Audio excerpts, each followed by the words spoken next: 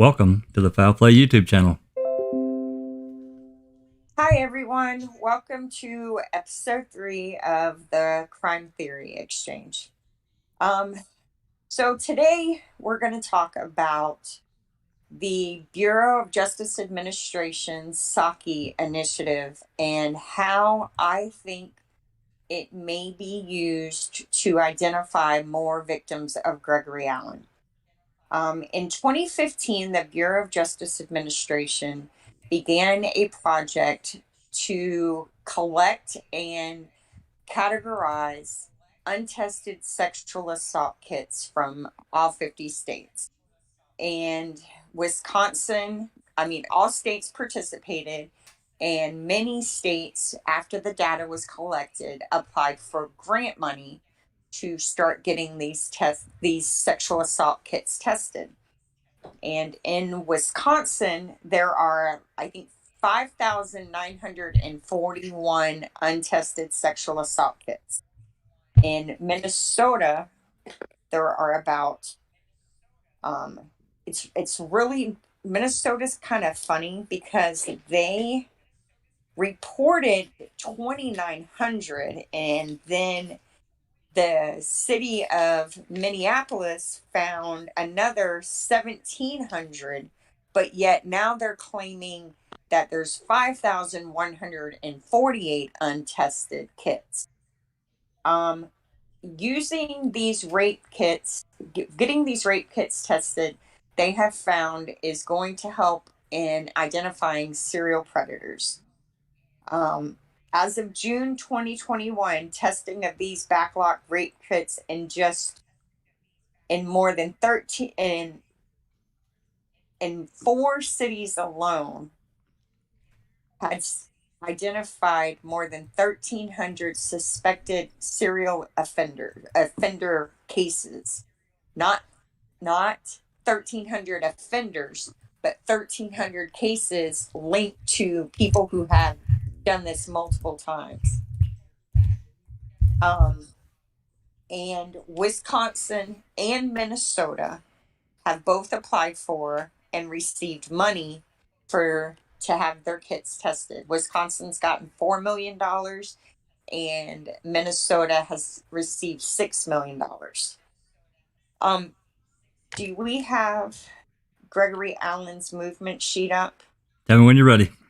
Okay, I'm ready when you are. So we know that from 1985, when Stephen Avery was convicted of the Penny Bernstein assault, until Gregory Allen was arrested in 1995, he traveled all over the United States. We actually are fortunate that we have a way of looking at where he was up until that point. Tell him quickly. Tell him quickly how that came about. What that detective did here, just briefly. Yeah. So it appears that when Gregory Allen was arrested in Green Bay for the sexual assault that he committed, there was a detective who started looking into him, and he was able to track him all the way up until the day of his arrest. And then he started making calls. Did Seeking Truth for Good get this file? Is that where it came from? You talking about the DOJ file? The Green Bay file. Yes, I think it was Seeking. Yeah. All right. So there is this file that has I forget how many pages are in it, but the big file. Not the DOJ file, the Green Bay file. Oh, it's still quite lengthy. I can't remember either. But yeah, it's not as long as the DOJ file, but yeah, there's quite a bit to it. So you can tell this police officer was tracking him. There's like memos. There's a report from a probation officer. Yep. There are like handwritten notes on scratch paper with the county, and then there's this really odd piece of paper in there, and it is initials, and it's 3 lines, and there's a set of initials and then a line, a set of initials and then a line, and then a set of initials. And then it has to the left, it, it has, sorry, it has DNA, then it has fingerprints, and then it has witness, and then it has a couple other categories, and then it has a Y or an N beside each one for all 3 initials. And I believe that's telling me that he identified 3 additional victims on top of the one whose case he's working on. But Now, clearly to me, this detective was trying to follow his movements around the country and then yeah, try to find out, if he was assaulting women in these various jurisdictions. he was on his case. He was on the prowl. He was Yeah, definitely hunting Gregory Allen. absolutely. And, they like there would be a note because if you do you have the do you have that page up for the Gregory Allen movement? Yeah, that's what I'm scrolling through right now. Okay. So if you look, you can see that he was just all over. So this is in 85. So this is where it starts. So that was before the penny assault. This is all before penny. And then after the Penny Bernstein assault, he'll commit the peeping in the dressing room at the department store. He'll assault the off-duty cop, and he'll do his little bit of time in jail for that, and he'll get out. Now, starting in 1990, I believe, he started working for a power company, and he starts traveling all over the United States. And you can track him, and he'll be like, for instance, in Michigan for a few months. So let's see. So right here, he started working for Osmose Employment. He works in a traveling position throughout the southern states in winter and in Wisconsin during the summer. Right. They don't know where he is in 91. He didn't report for probation in 91. He didn't report again in May, June. They don't know about July. He didn't report in August, September. But then he gets a warrant issued in September of 91. It's canceled on Halloween, and he's fine. He gets arrested for prowling in December of 93 in Green Bay. Now, Can't tell me that he stopped, Bay, and you can't tell me that he stopped prowling when he was down south. Not a chance. no. And Green Bay, so there's the top 10 counties in Wisconsin for untested sexual assault kits are Dane County, Milwaukee County, Brown County, which, if I remember right, Green Bay is in Brown County. Green Bay has 513 untested sexual assault kits. Yeah, Green Bay is Brown County. That's correct. Yeah. And so, and these are all kits prior to 2015. And these kits are prioritized. They have whichever ones are going to either the statute of limitations are getting ready to run out, or for some other reason they go to the head of the list. Now, I looked it up, and sexual assault in the second and third degree in Wisconsin only have a 10-year statute of limitations. But sexual assaults in the first degree are just like murder. There's no statute of limitations. So At least he's they've got that. arrested. Hmm? At least they've got that there's no Yeah. statute of limitations on first degree sexual assault. That's good. Yeah. So what this tells me is hopefully they categorized a lot of these as first degree, whether there was penetration or not, because he was such a violent offender. I mean, we know from Penny and from the other reports we have that he was very He either had a knife with him or he would beat them about the face.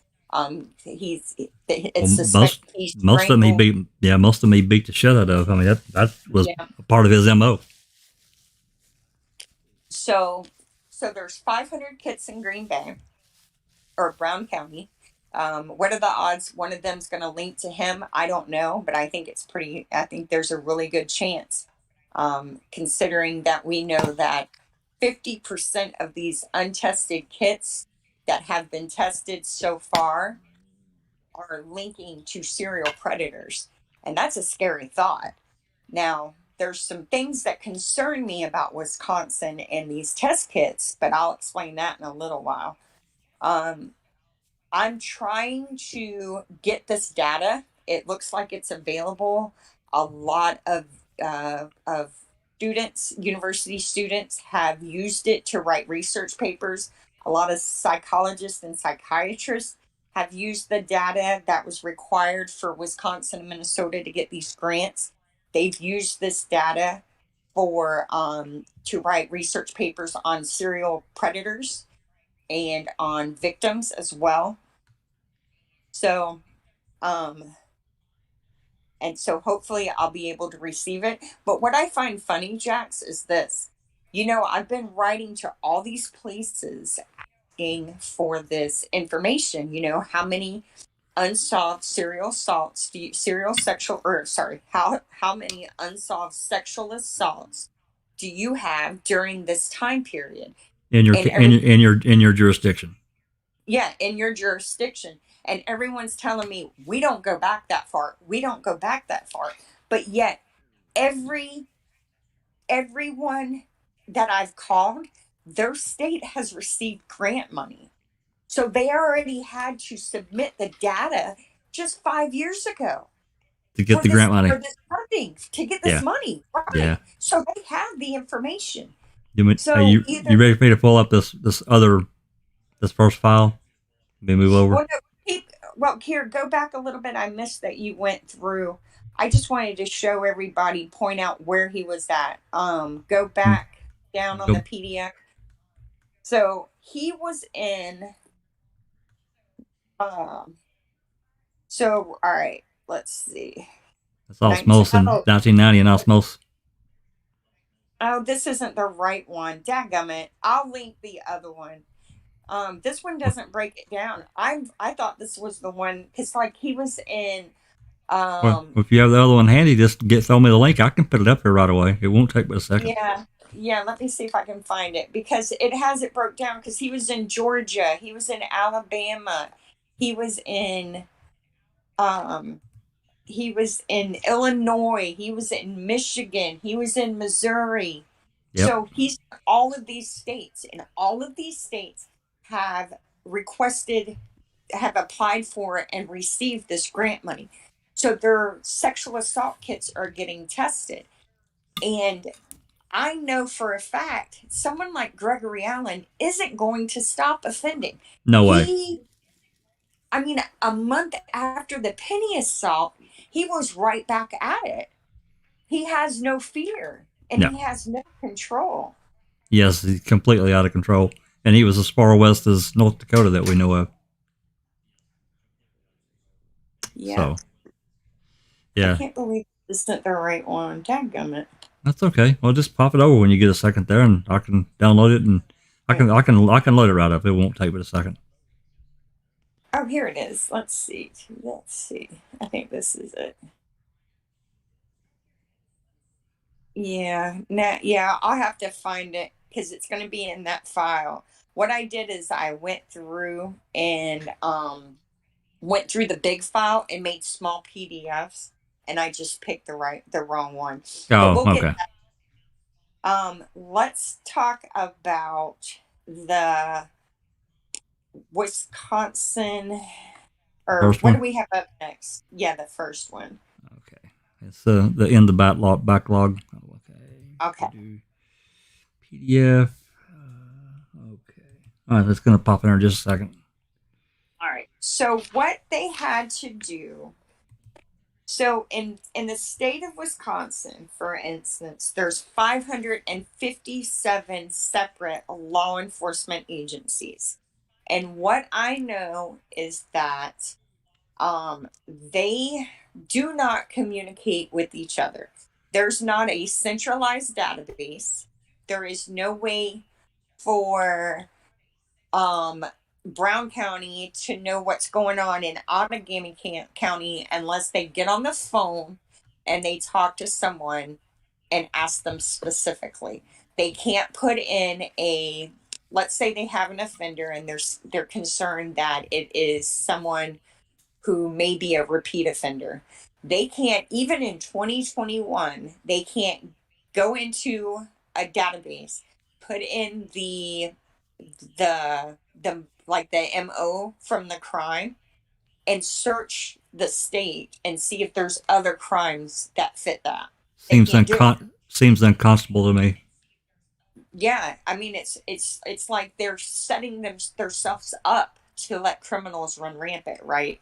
So we can only imagine what it was like when Gregory Allen was out, because not only were they not knowing they needed to look to see if there was others, then you have Manitowoc County who is actively making sure no one knows who he is, right? They're trying to put Gregory Allen type crimes off on Stephen Avery.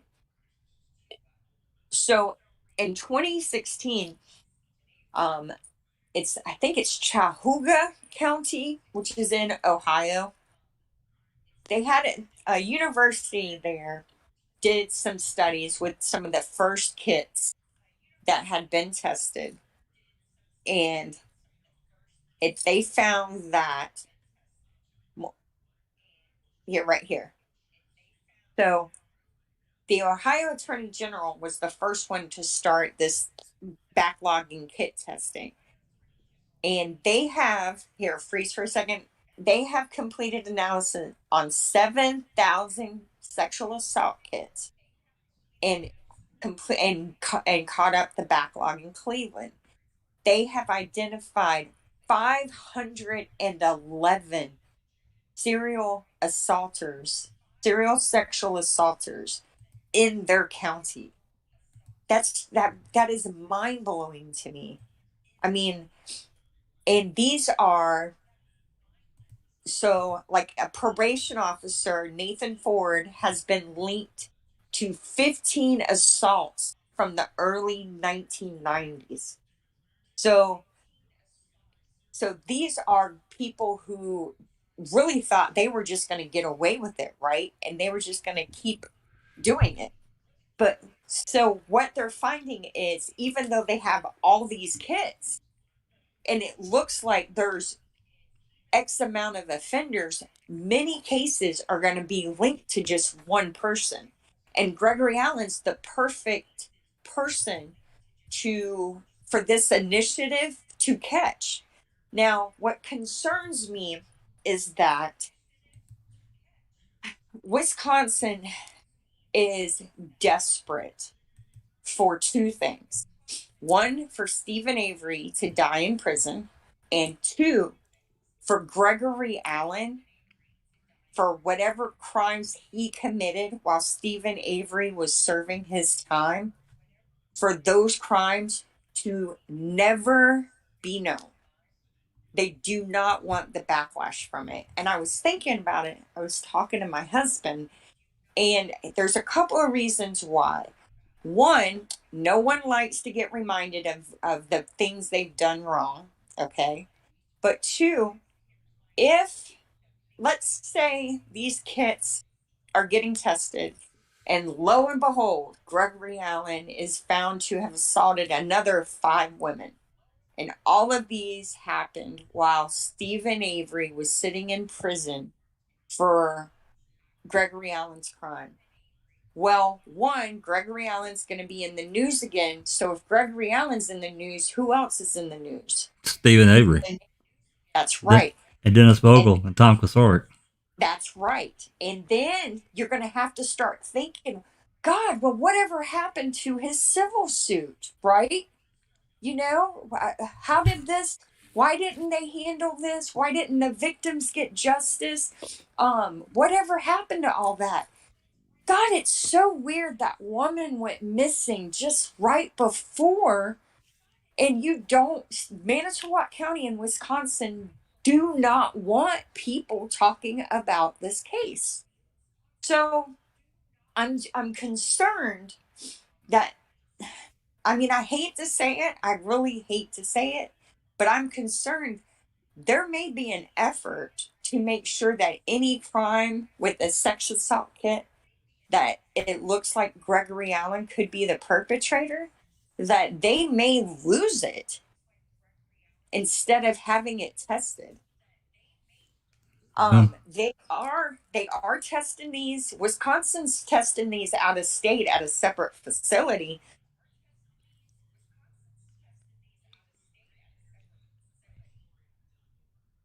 There is that. That's a good thing. But I don't know. What do you think, Jax? Well, I mean, just me. I haven't spent nearly the time you have studying this stuff, but to me, you got a multi-layer problem. Number one, it goes all the way back to at minimum. Well, let's just say September of 2005, when the actual warrant for Gregory Allen's arrest was presented. There had to be contact between Minnesota and Wisconsin. So we know that there probably was it had to be a relatively small group of people within Wisconsin authority that knew. Now, let's just say that, I don't know, I hate to even put a number. Let's just say 10 people knew that were in authority. I think that if it would have gotten anywhere too much outside of that circle, it would have leaked to the press, and it would have completely blown the depositions up. I think we all agree with that. Oh yeah, for There's sure. not a chance in hell they wanted that to happen. No way. No. I think it would have had a complete terrible effect on the state was in trouble anyway in the depositions, and that Well, I think that would have pushed it over the top. I think that if the news of Gregory Allen being linked to another crime happened either during the depositions or during Stephen and Brendan's trials, it Absolutely, would have refocused people's attention back to where it needed to be, right? And that's that's right. Manitowoc County and That's what right. they did to him the first time. That's right. You realize that they set him up the first time and you're thinking about that, it's not that far fetched to realize they'll do it again, correct? Well, I mean, So, if they people find out that he's traveled over to Minnesota and raped this woman, and the authorities in Wisconsin knew and didn't do anything. no. Come And on. yeah, and what bugs me, I'll tell you the biggest problem, the reason I know Tom Kasurek and Dennis Vogel, and even beyond that, others are bad men, is because they set Stephen up because he ran a sheriff's cop off the road or a sheriff's wife off the road, right? But they knew Gregory Allen had committed the penny assault. But yet, they didn't get rid of Gregory Allen. They didn't protect the community by setting Gregory Allen up just to make sure what happened to Penny didn't happen to someone else. You see, they let him remain free. That's So they right. can't even say, well, Stephen was a danger to society, so we wanted to make sure he wouldn't hurt no one. Well, Because so what they Stephen let did was Greg, what Stephen did was an angry, stupid young person's retaliation on yeah, whatever Sandra Morse was doing. He deserved to go to jail for what he did, but not what they did to him. Come he on, was already going to jail. you're And right. here's the thing, and you cannot say you did it for the community because you left Gregory Allen out to terrorize the community. If you were setting people up to protect the community, you should have set up the guy who was friggin' beating on women and sexually assaulting them every friggin' chance he could. They knew a But year yet, before. They knew a year before he had assaulted someone a mile away from that same area. he had broke his wife's jaw. I Yep. just got another file on him. I haven't even opened it yet because I was working on the podcast. but I'm pretty sure we have it all. But I just got a Gregory Allen file from Two Rivers, and it's like 15 megabytes. So I'm like, huh, what all's in that? And you know what I realized? The DOJ investigation into the 85 case didn't even list all of Gregory Allen's crimes That's that scary. he had committed in Manitowoc County. That's scary. My God. Yeah. So either they intentionally left out how bad the guy was, or Strauss and Lehman are so shitty at investigating, they didn't even find it all. Which My did they uh, for my what? guess my guess is that they left it out. I Yeah. think I think they were relatively thorough, and things just kind of got shook out of the file before it reached another level. I don't know. I don't know. I just I look at the questions that they Lehman and Strauss asked Vogel and Kasurik and Peterson and Conrad, and I'm thinking to myself, there's no follow up. There's no, there's no, well, why did you do that? Like, isn't that the most logical question? When you Yeah, find out that he created a fictitious alibi for Allen, and you find out he wasn't on probation at all, I would ask him, well, why'd you make up an alibi for the guy? exactly. Why did you write a letter telling police detectives to, really think about charging him in yet another crime? Why were you holding closed door meetings with this guy? I Yeah, just, If Vogel had done the right thing in '85, the crimes that he committed between that time and '91, when he beat the shit out of that woman in Minnesota and violently raped her, that wouldn't have happened either. And then the one in '95, that wouldn't have happened either. You know, or Uh, yeah, no, and all the other ones, that's what I'm and talking about. like, And the ones we don't know about. yeah, well, and we have, the lady that I talked to in Minnesota, her crime was in 94. Um, her crime wouldn't have happened either. Right? And yeah, I sent her this information that I found, because even though hers was an attempted assault, there is there is forensic evidence. So There you go. yeah, needs to have it submitted because he comes up for parole. I mean, I don't know if people realize this. Um, he is eligible for parole right now. I don't see how you could be eligible this quickly. I I mean, know he is. it I don't don't make agree. sense. It It don't make. doesn't. I mean, It doesn't. he shouldn't be eligible for parole until. I don't know what percentage the sentence, because he didn't go to prison until '96, so He that's would. 14. Yep. Just well, okay, maybe it is time. 24, 25 He's been years. since 2016. He's been coming up for parole, That's crazy. Yeah, and I hope they never let him out. no, I know, me too. And the way to not let him out is to frigging get these kids tested. Hope that Wisconsin and Minnesota don't try and bury it, or anyone else, um, because he was in several other states. So I know he assaulted other women. He Oh yeah, can't. His DNA is out there in one of these kids. I know yeah. it. I I Traveling around didn't stop him from assaulting people. No way. And so I keep checking now that I know about this. I keep going online. I keep looking for movement, because they're going to have to transport him to try him. Um, and that's why it's so important to keep this and keep talking about it, because this could be a legitimate way of getting the focus back to where it needs to be. And that is, why would Wisconsin and Manitowoc County want the civil suit to go away? And It may go absolutely nowhere, Christina. But I would suggest that you try to create a dialogue with Erin Moriarty. oh, is that 48 hours? Let me write her down. Yep. I That's a good idea. She's Yeah, she does. she's been at this a long time, and she would remember this guy. There's no doubt she would remember because she wasn't like heavily involved in everything, but she was involved enough. I'm sure she would remember the name. Sure, she would. Mhm. Well, what worries me, I'm going to tell you what worries me. So, there's a video, and Jax is going to leave it in the description. There's about an hour and a half YouTube video on Wisconsin's.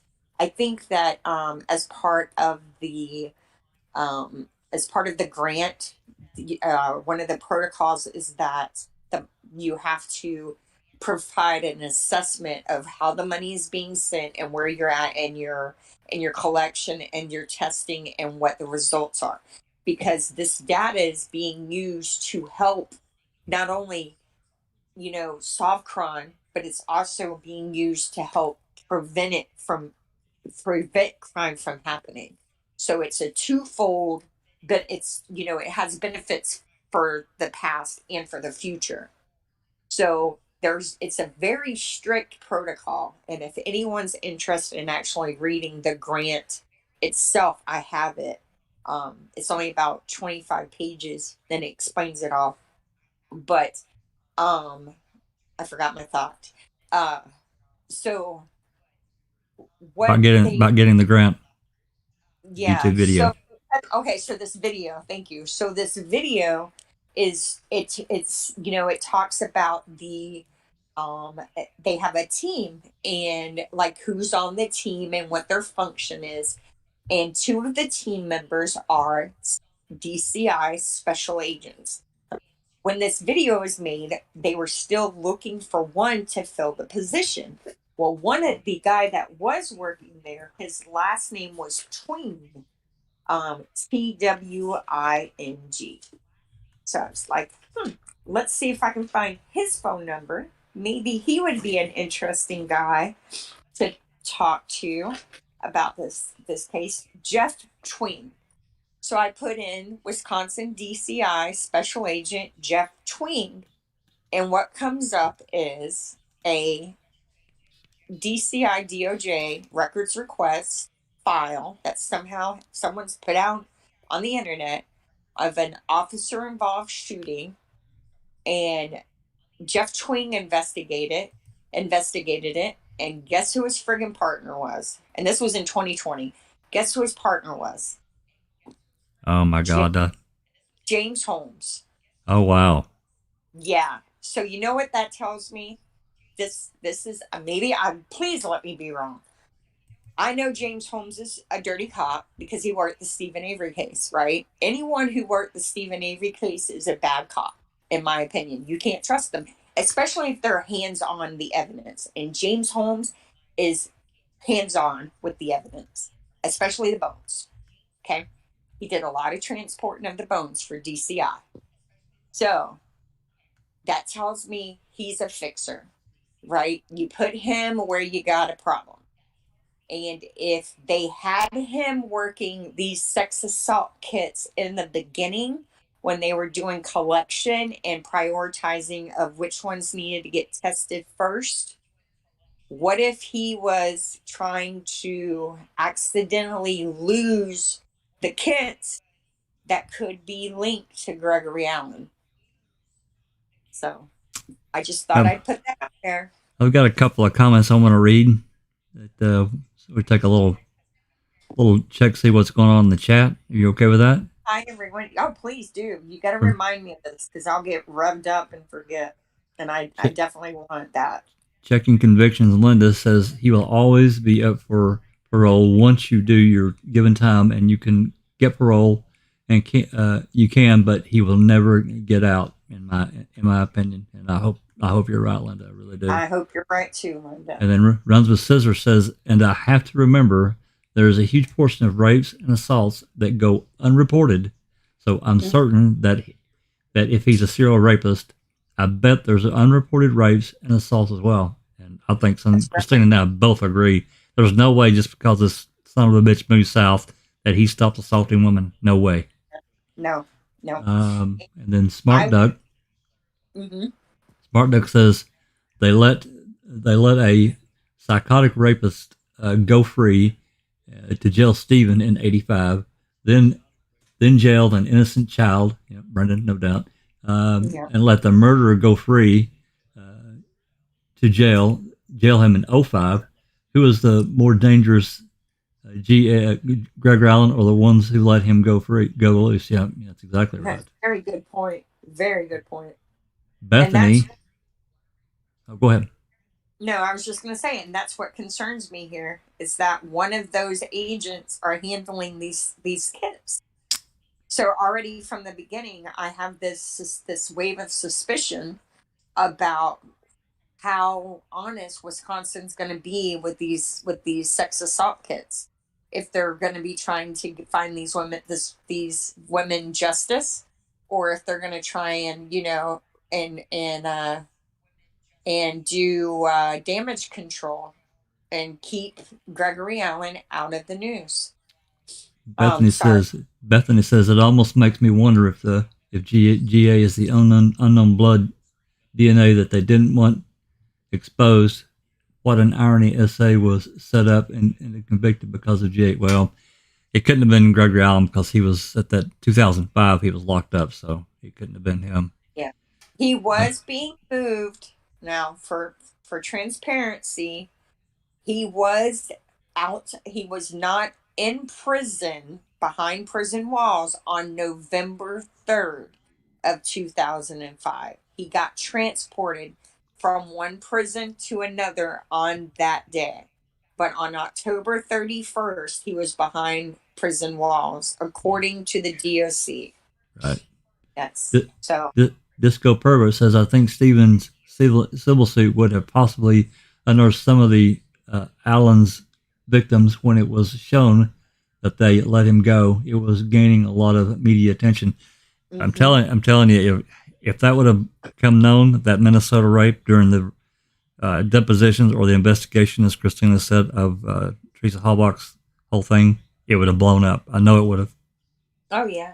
Oh, Uh, yeah. and for checking convictions and everyone out there, I should have said this first, but everything that we talk about today will be linked in the description after we're done. I'll get everything linked in there, and anyone can go. Feel free to do their own research. I Okay. recommend anyone who's interested in this to definitely look online. It appears that part of the requirements for this is that each state has a data portal where victims can access and track their kits, which is really cool, right? You're able to be part of the testing process, and also other people, taxpayers, researchers, and stuff like that are going to be able to access the data, like for whatever purpose. Let's say you're thinking about moving somewhere and you want to look at crime trends in the area. You can look at it. Um, I did notice that even though Josh Call says that, it's up and running and blah, blah, blah, blah, Wisconsin doesn't even have a complete website for this. It's the website is there, but 50%, if not more, of the links aren't even working yet. So I've got your BJA FY. If you're done with that other document, I've got the second one up, the BJA National Sexual Assault Kit Initiative, Saki. yeah, that's what the grant is for.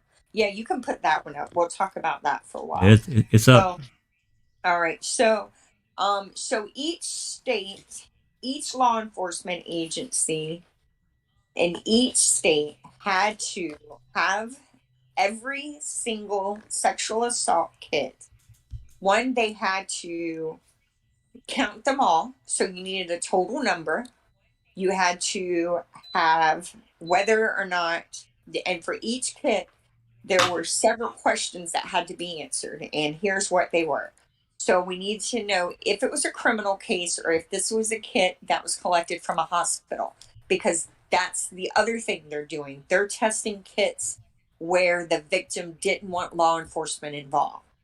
So whether it has a case number, what date the assault occurred, the date the kit was collected, the date law enforcement took possession, the age of the victim, whether the assault was reported, how much time is left on the statute of limitations, if there is a statute of limitations.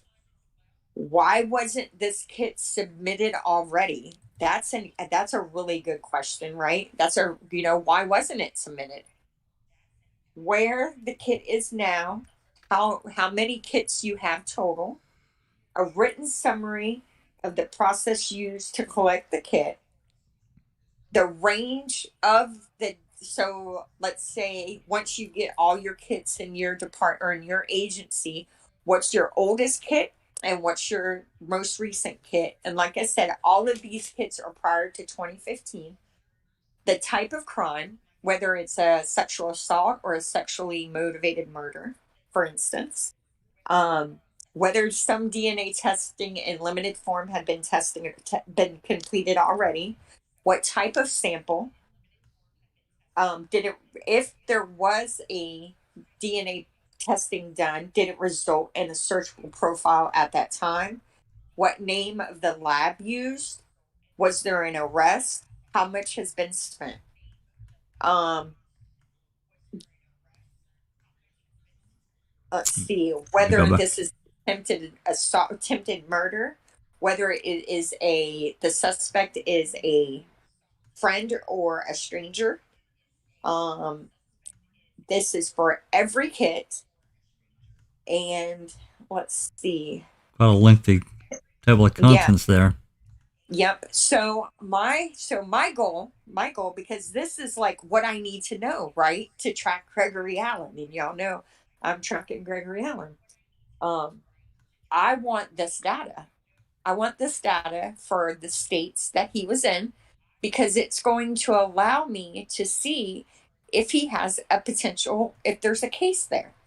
And if there is, then I can request that case and then we can build our profile for him. Or if they don't want to give it to me, I can give them what I already know, and then hopefully we can make sure, because like Linda said, he shouldn't get out again. He shouldn't.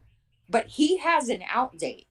Stephen Avery doesn't have an out date, right? We know that unless Kathleen Zellner can get him out of prison, he's going to die behind bars. Gregory Allen has an out date. So Yeah. I want to take that away from him. Hey, Susan. Hey, Um, Linda. Welcome to the chat. so Thanks. Hey, Jack. so Hi, Christina. Hey, Susan. So there's, like I said, there's 557 law enforcement agencies in Wisconsin. 100% of them participated and completed all of the requirements for Wisconsin to get the grant. So when Larry Ledvina told me that he had no way of giving me the information I was asking for when I asked him for all unsolved Well, sexual he he assault he he may cases, not have been the one that gathered the information. So he but may not have been. he's a major. Yeah, but Are you he's kidding he's me? he's I records mean, custodian. I mean, that's right. He had to collect the data for this guy. He had to help build the. So he can say he. I mean, I understand playing devil's advocate, but bullshit. I'm not buying it. Um. you Now, may be right. You may be right. I'm just saying. I mean, I don't know his full duties. I really don't. And you may be, and you very well are probably correct. I just, especially, I mean, especially, Manitowoc is not that big of a county. I'm telling you right now, if they have open unsolved sexual assault murders, you he knows about them. He you knows would about them. you would think because he like I said, he is a major in the department. He's been there for forever. Yeah, yeah. I mean, he worked the Pamela Claflin case. He worked the Stephen Avery case on the outs, on the fringes. So Wisconsin, the top 10 counties with untested sexual assault kits. Dane County, does that sound familiar? Remember, Oh, yeah. he told me that they have a very low crime rate. That's That's Tom why Fallon. he That's has Tom no Fallon's county. data. That's Tom Fallon's county. Yeah, they have no data to give me because there's no unsolved crimes, or no unsolved sexual assault murders from that time period. That's They have unlikely.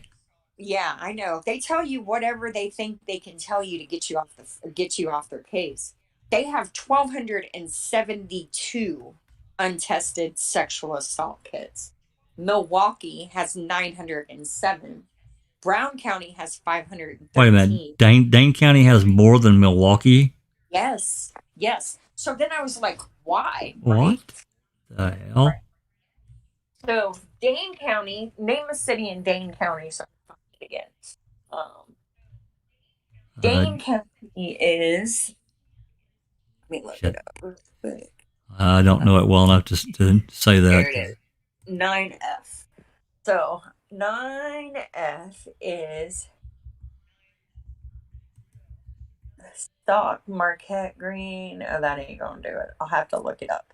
Anyway, here. So Racine County has 306. I just have this feeling. Kenosha County has 243. Outagamie County has 223. Winnebago has 175. Rock County has 162. You, Fond du Lac. you ready? You ready for me to move to the next PDF? Yeah, you can. That's fine. Oh, Madison. That's what's in Dane. So that's Madison. Now, you know who was hanging out in Madison for a while is Chuck Avery. Yeah. So, yeah. So Madison, the city of Dane, Sun Prairie, Middleton, Fitchburg, Stoughton, Verona, Wanaki, Cottage Grove.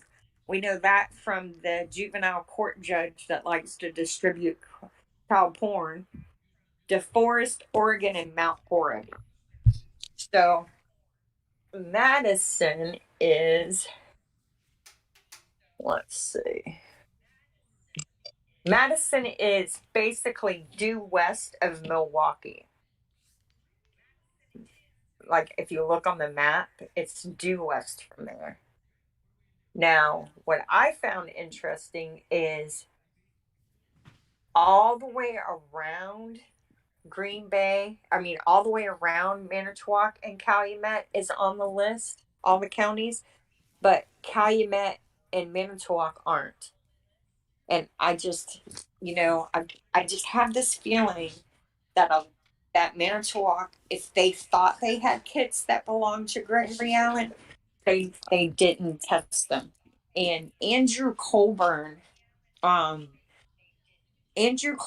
was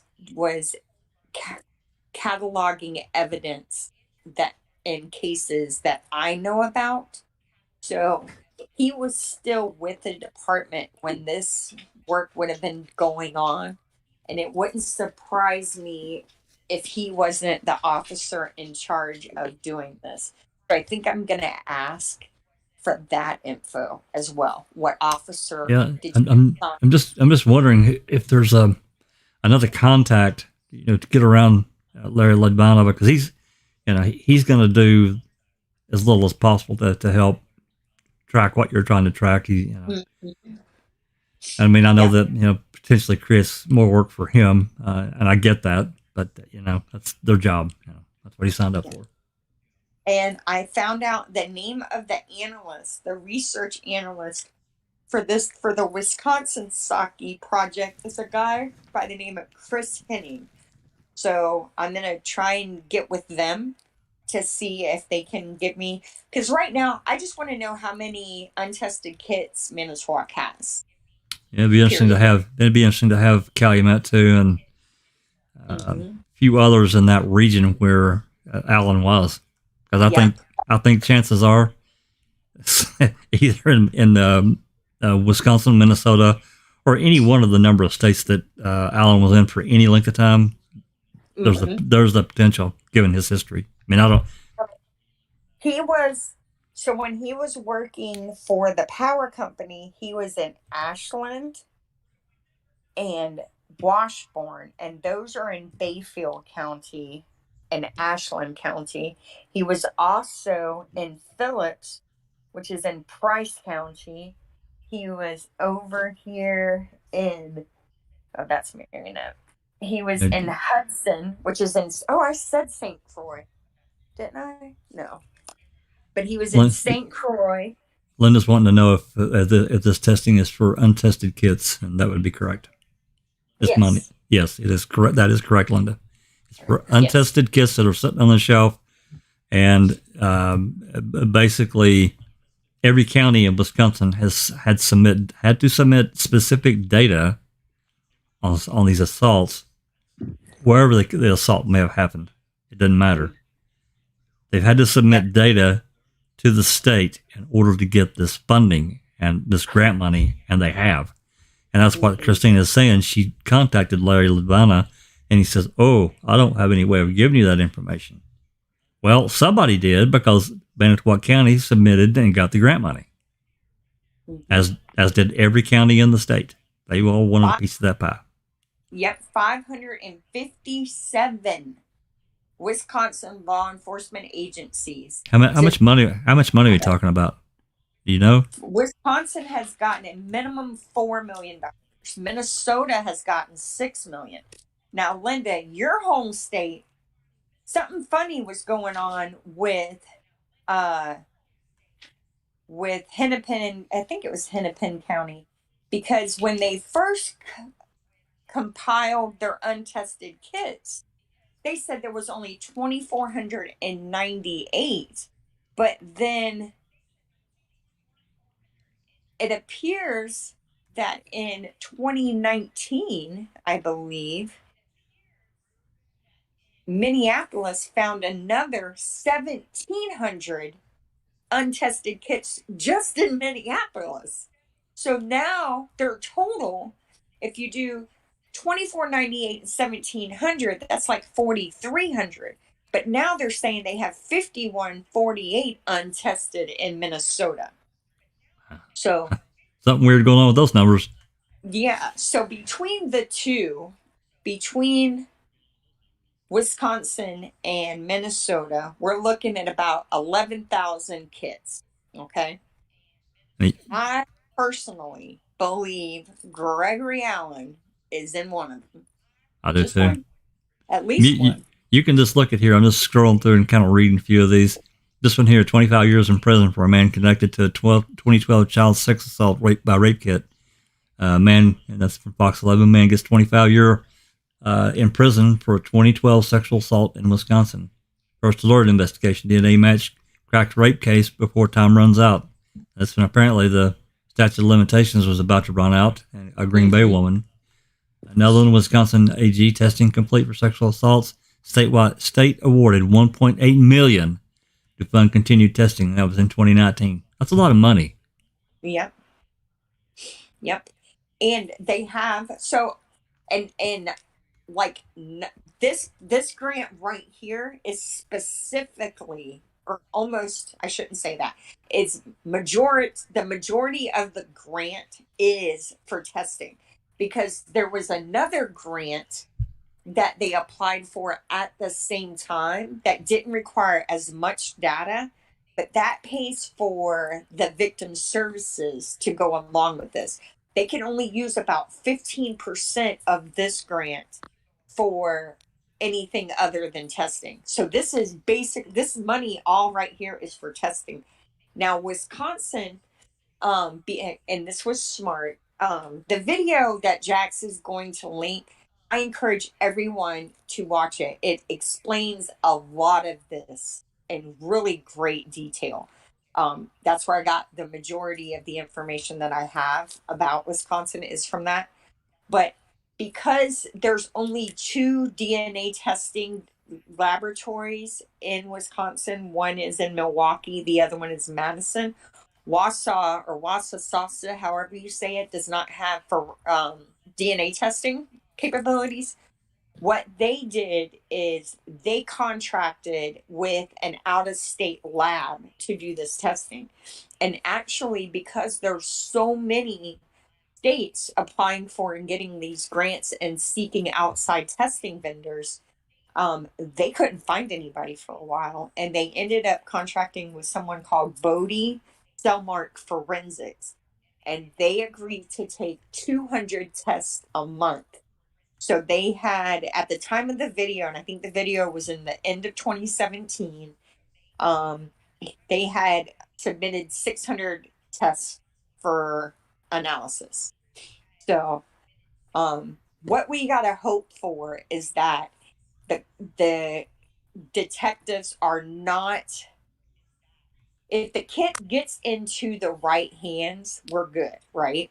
It has to be prior to this that officers screw up the process. Well, you definitely want some unbiased hands and eyes on it, away from what we know from people that potentially know how explosive it could be. Absolutely. You guys may go to the next one. Yeah, the Minnesota sucky. Yeah, that's fine. Yeah.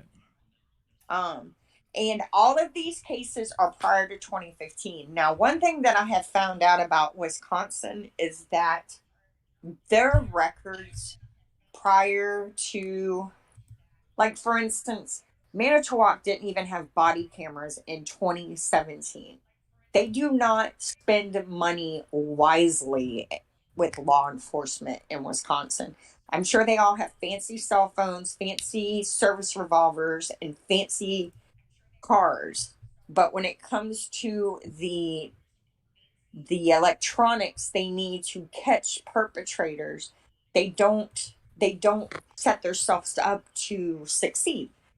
So I'm sure that there's not going to be a lot of cases prior to 95 submitted in the first place, because they just have no desire to bring up what they've done wrong.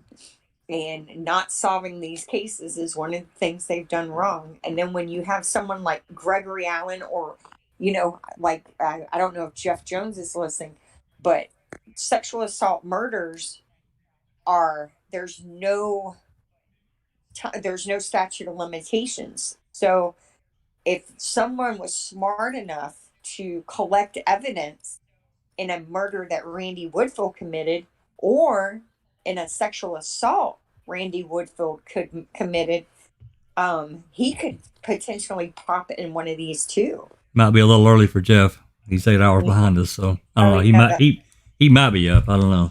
Maybe. Yeah.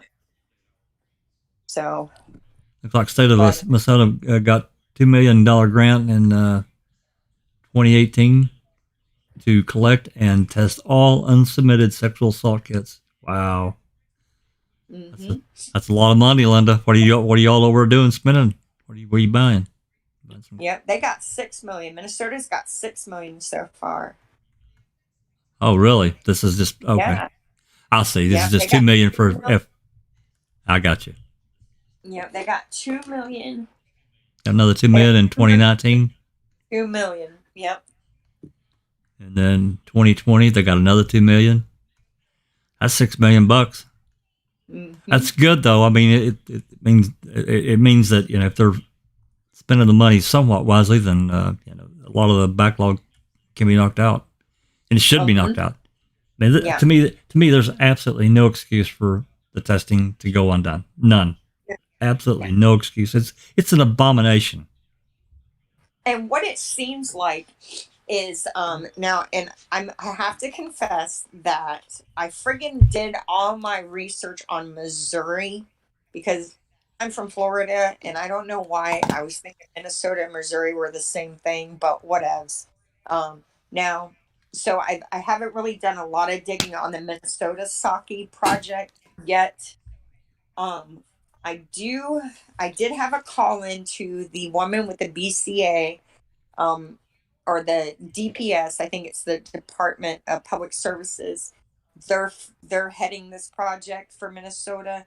I've got a phone call into her, and because like I said, I'm gonna try and get the data from them too, because he was all over Minnesota as well.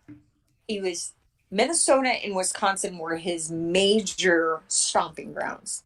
He just traveled back and forth on his 4-hour drive. He used, from Manitowoc pop over to Minneapolis.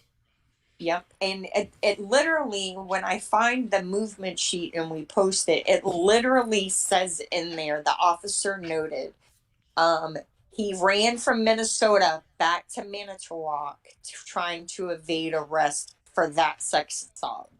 So, so you know what I mean? So the cops recognized it for what it was. And that officer, he had Allen in his sights. He was putting together a case so that Allen would never get out of prison again. But for some reason, in the midst of it, and literally, like, you could see where, like, there's a phone message taken, and then the file just stops. It's just Yeah. like somebody said, "Stop digging." Stop pursuing it. Well, I mean, Yeah. that takes time. They could have gotten, for whatever reason, it could have been something completely not nefarious. So they could have just said, "Hey, you can't spend any more time on this. We need you here." It could have been And that simple.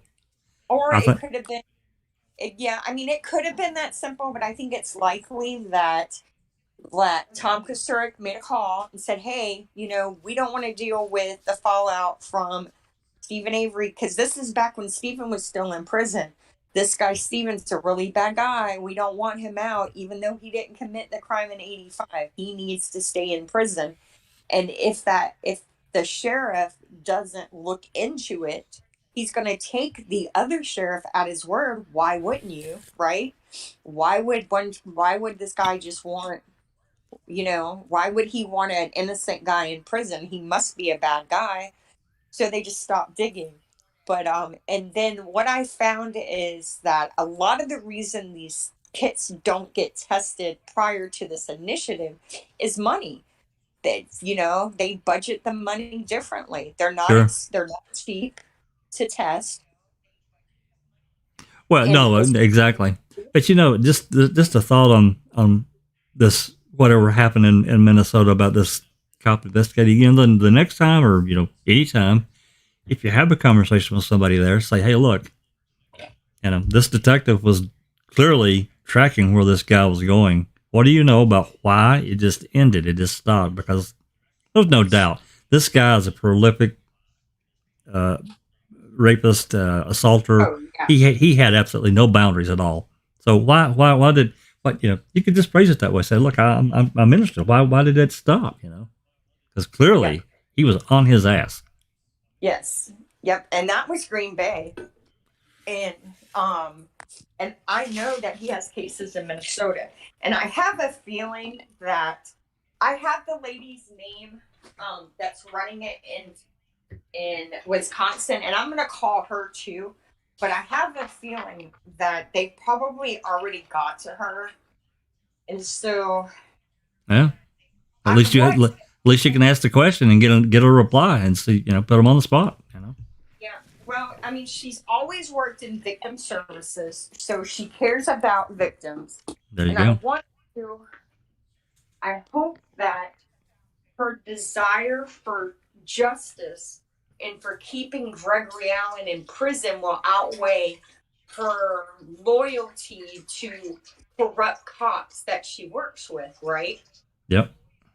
But I think I'm gonna have better luck in Minnesota, because they don't have as much to lose, and they also know the BCA was involved in the Brett Blame child porn distribution, and everyone's got to be pissed off that guy only got 5 years. I mean, you know what I mean? So Yeah. hopefully they will be more willing to expose Gregory Allen for what he is and expose Manitowoc for letting him do it. So I, I, that's my I, hope. I popped over to your next PDF. The Wisconsin Department of Justice AG call provides update on sexual assault kit initiative and tracking system. This is April 14th, 2021. Yeah, so this is really recent. I encourage everyone to go to this website and check it out.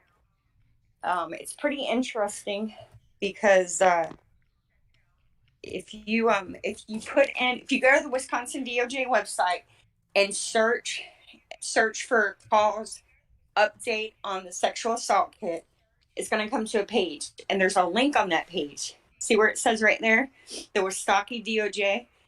It doesn't Yep. work. So, well, it Imagine works. that. Yeah, it works. It'll take you to their homepage, but all of the options, like testing kits, like where they came from, like all this stuff you should be able to see isn't ready yet. And if you read, it'll say in there that they hope to be online by 2021. Now, about a month ago, I found that not only are they doing this, as part of another grant, they are tracking all major crime in each county. And so there's a database for that too.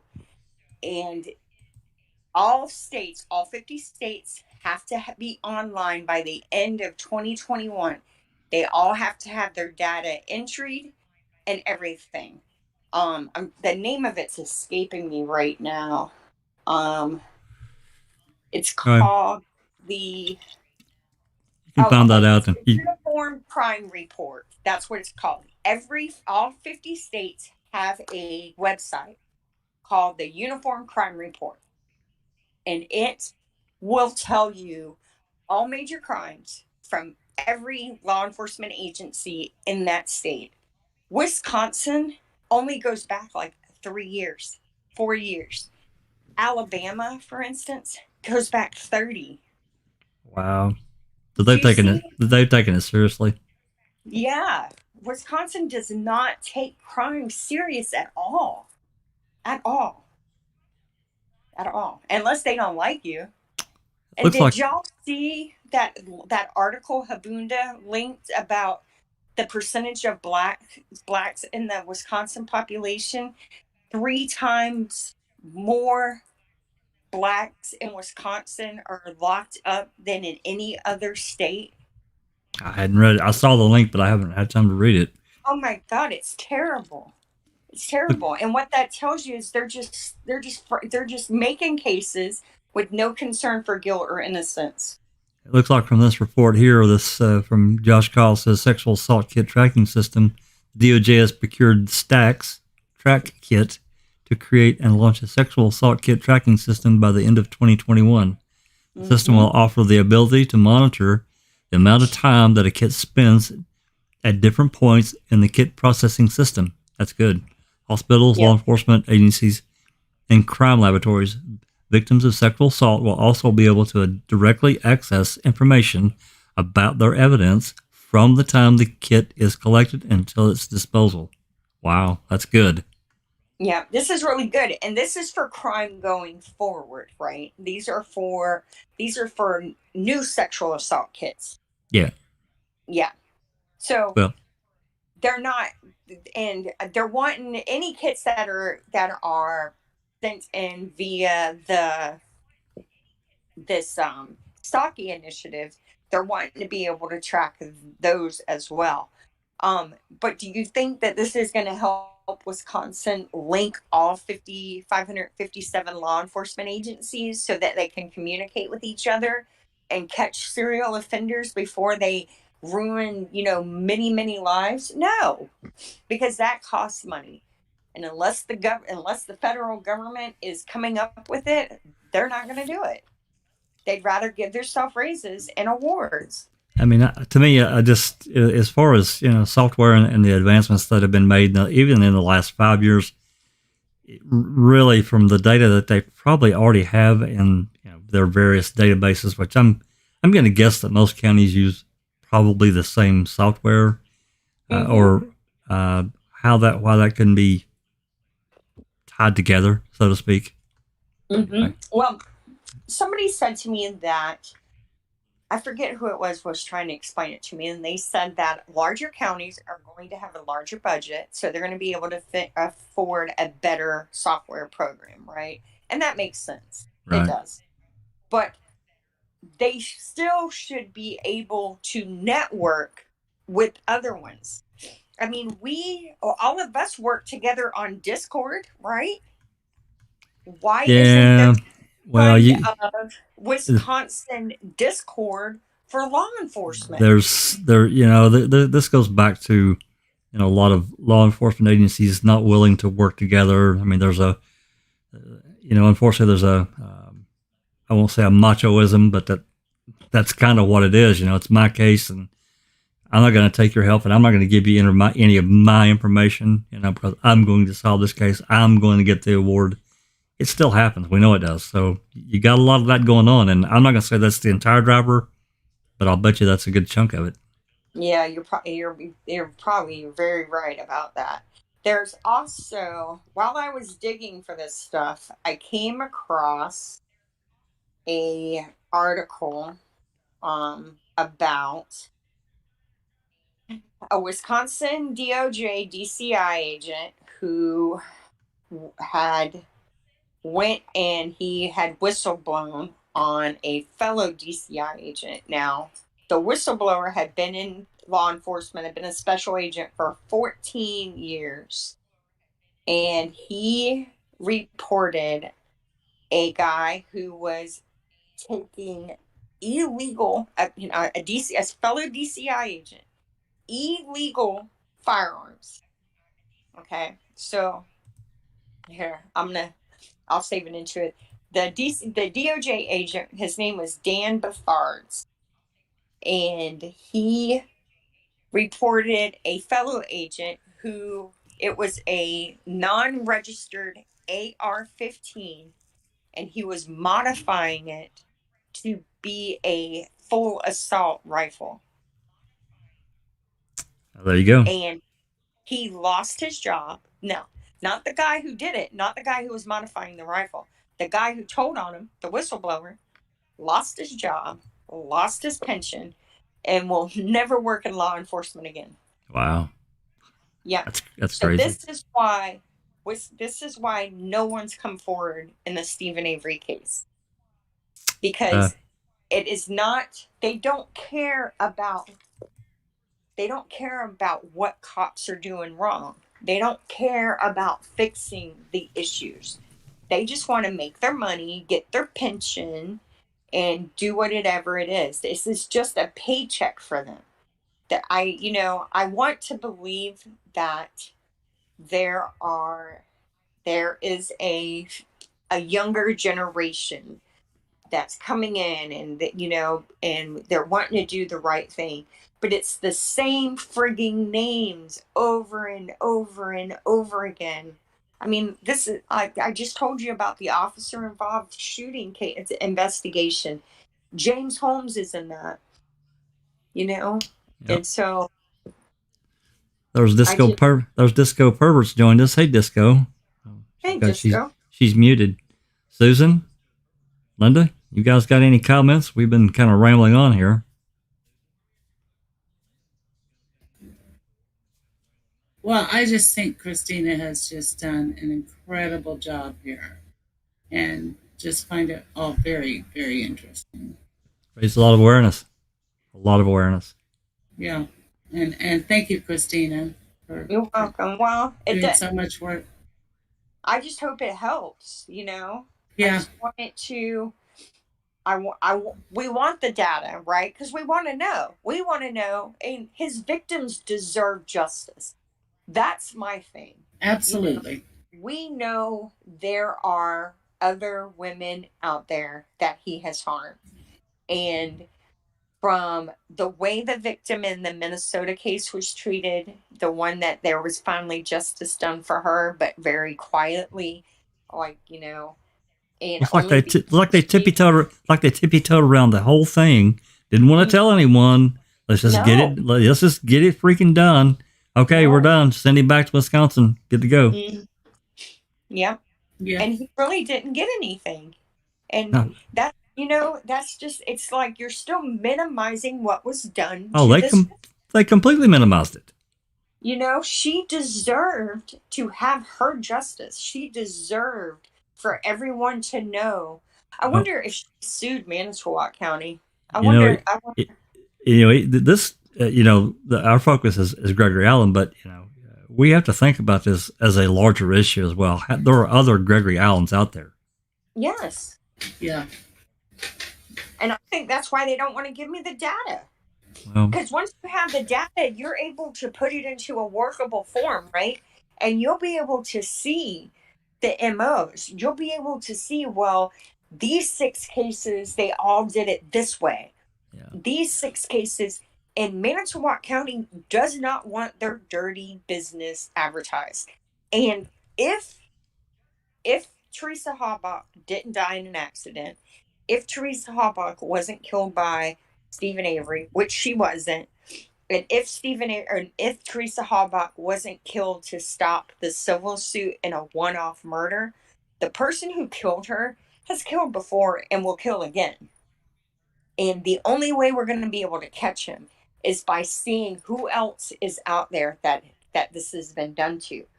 And the Manitowoc County does not like reporting their crime. They just don't. Well, a lot of counties don't. They want the money to solve the case, but they don't want to put up the crime statistics because people moving to the region, they look that shit up, So I've got your Minnesota PDF pulled up now. The backlog. It's got the backlog and untested kits 2,498. It's got an asterisk. Testing in progress. So yeah, I googled it, and there is 5,148 untested in Minnesota. So they started with 2,498, and then lo and behold, Minneapolis found 1,700 more just in their police department. So it makes you wonder what kind of checking these officers are doing. How the hell do you lose 1,700 sex assault kits? Where'd you find them? It's an abomination. Absolutely terrible. Exactly, Jeff. It's disgusting. Yeah. And then when you do the math, 2,498 and 1,700 does not equal 5,148. So that means that somebody else lost some sexual assault kits and they just kind of snuck them in without advertising it, right? Well, that's what it sounds like. Yeah. So I'm wondering, are these kits that you think the perpetrator's already in prison, or are these kits where, why would these kits be separated away from others? It could have been improperly stored. You got poor training. There's all kinds of regular things that could have happened. But I mean, right here it says here at the bottom, 450 untested rape kits were destroyed by some law enforcement agencies. Wow. And this is Minnesota, and that's the thing. That's another thing. There are women, and I shouldn't say women because there are men in these too. There are victims of sexual assault who, for whatever reason, do not want police involvement in their cases. Now, in Wisconsin, as of 2015, I think, there is a law that says, I wrote it down. No, as of 2011, all kits, any kit that is collected has to be submitted. So prior to 2011, you could say, I don't want my kit submitted. After 2011, if they take a kit, it has to be submitted. Yeah, that's the thing. That's the other side of it. We're talking about solving, catching people and solving these cases, but we have to look at the other side of that too. Now, so I'm not a woman. I can't speak to. I mean, I can imagine, I guess, to some degree, but you think about, let's just say a 16-year-old girl, and she gets assaulted by Uncle Bill, and Uncle Bill is he's a really popular guy with the family, but now we get into another aspect of Uncle Bill assaulting, a 16-year-old niece, and he's a really cool guy with all the family. He's been helpful, and you get into all these other things, right? You get into all these other things, and then you say, well, does she really want to come forward? Because she's probably smart enough to understand the ramifications. I get Yeah. it. So, And and then it's also some of these women or some of these victims will go and they'll want to get the testing done for the sexually transmitted diseases, or they want to get the morning after pill. yeah, And so as part of this, they have to get the kit to get it, right? To get yeah, it for free because it's not cheap. right. And so as of now, or as of 2011, they have to be tested. When I thought this was interesting, so these surveys in Wisconsin were sent out in May of 2014. 80% of law enforcement agencies participated. Anybody want to Well, guess whether Manitowoc did it the first time or not?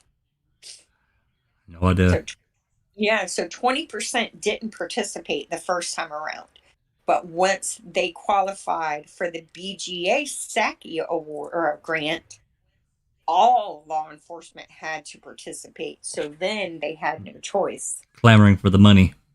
Mm-hmm. Yeah, Yeah. here's one here. In 2019, the BGA awarded the city of Duluth and state of Minnesota 727,000 and $2 million respectively to sustain its work on rape kit reform.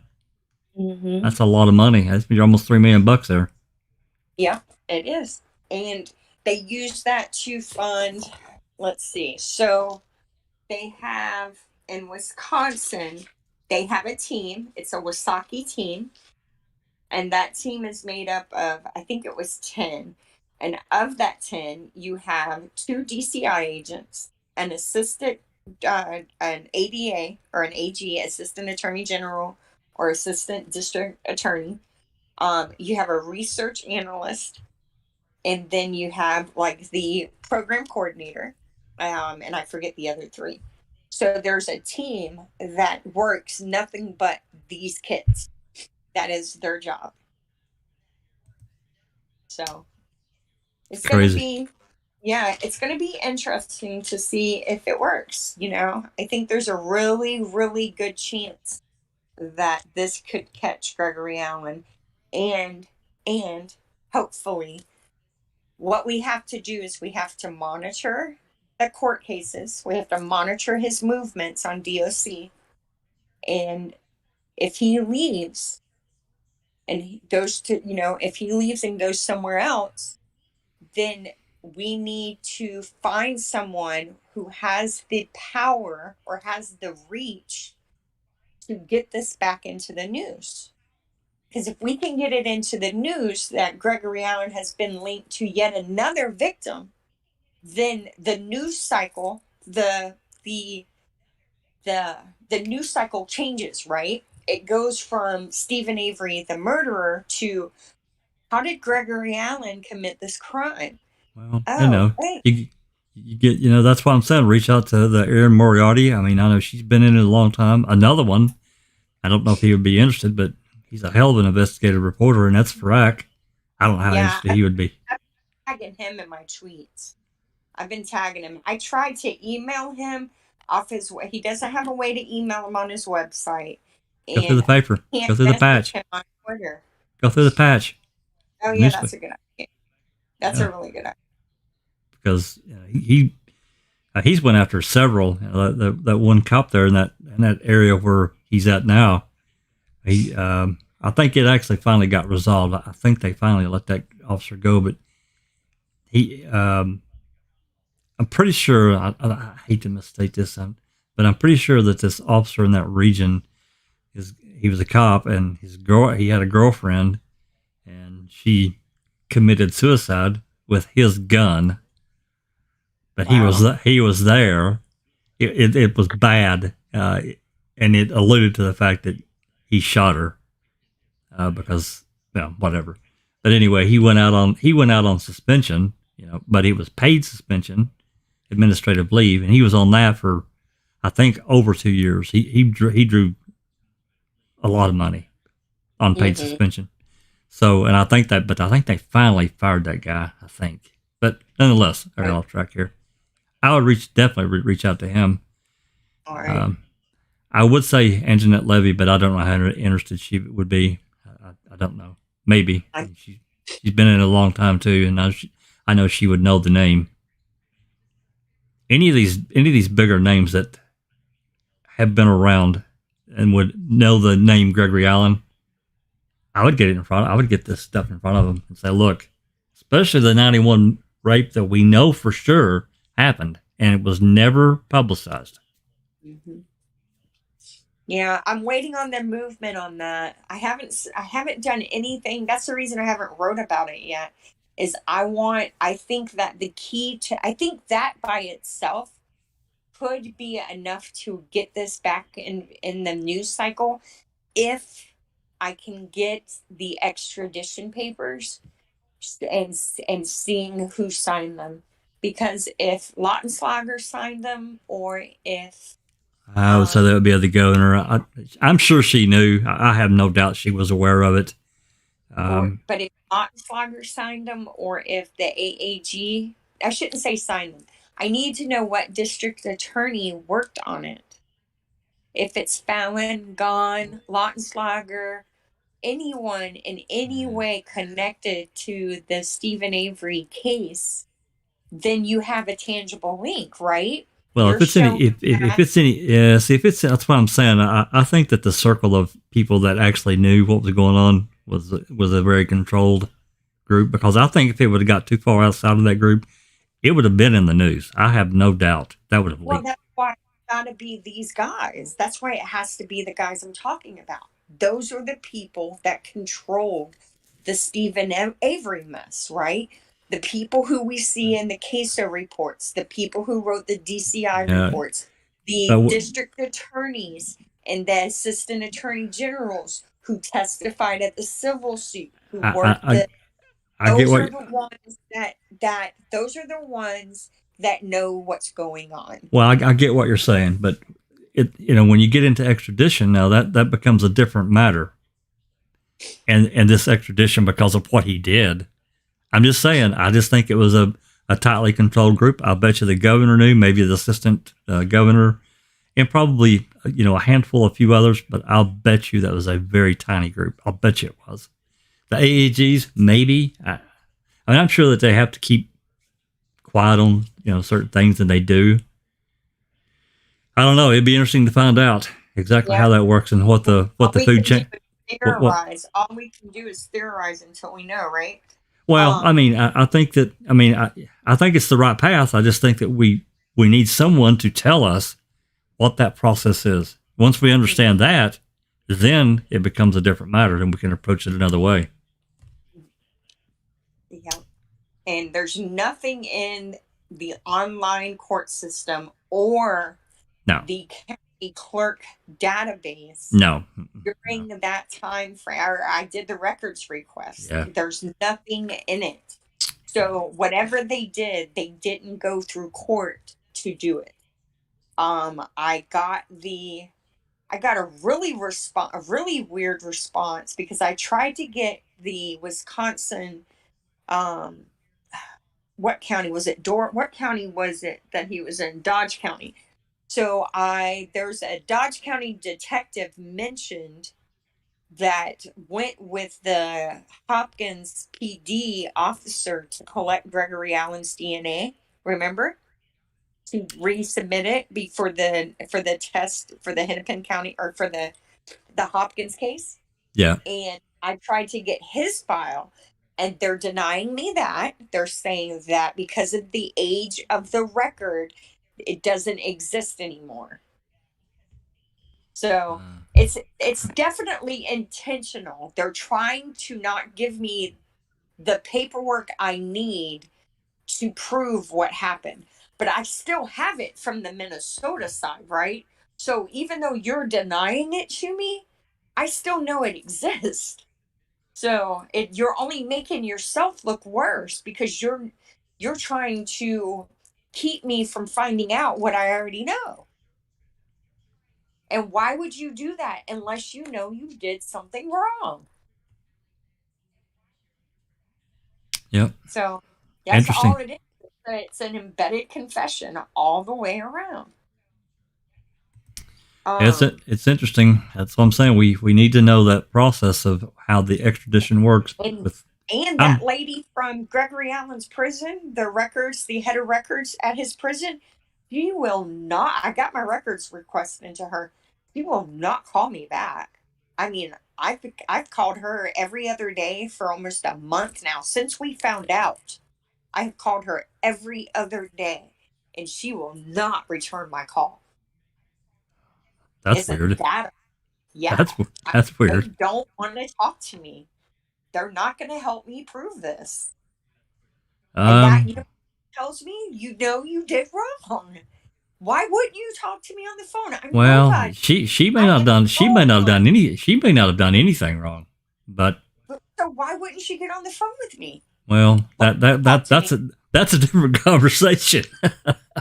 Yeah, why won't you talk to me? If you don't have anything to hide, why not get on the phone with me and tell me A, you can't help me, B, it's none of my business, C, you don't know what I'm talking about, or D, hi, why are you calling me all this? Why not tell me to quit calling you? But ignoring me outright, Yeah. that's odd. Like if somebody was blowing up my voicemail like that and I didn't want to talk to them, why are you calling me? Yeah, but it's different. It's different for them. She may be under some kind of instruction. I don't know. I'm not, again, I don't know how that works. I don't know. I would try to find someone else to bug the shit out of. That's what I would do. Yeah, I have a guy I bug the shit out of, but he can't do anything for me. He can only give me to her. That's how I got her name. Well, I'd just get back with him and say, look, she won't respond to me. And who else can I contact? Yeah, well, there's him and there's her. That's it. Oh my God. Yeah, so Closed that's system. it. Welcome to Wisconsin, man. Yeah, we It's need crazy. we need some bigger guns. And then like while we're talking, so we know, I don't know if everybody's seen it, so we know that the prison snitch in Stephen Avery's case, Joseph Wayne Evans, I always get his name wrong, I think it's Joseph Wayne Evans Jr. So roughly about 3 weeks after being found guilty of murder and being sentenced to life in prison and sent to Waupun, I think, yes. Um, he all of a sudden, after 3 weeks of being in prison and acclimating to the fact that he's going to die behind prison walls, he gets shipped to Manitowoc County Jail for overcrowding purposes.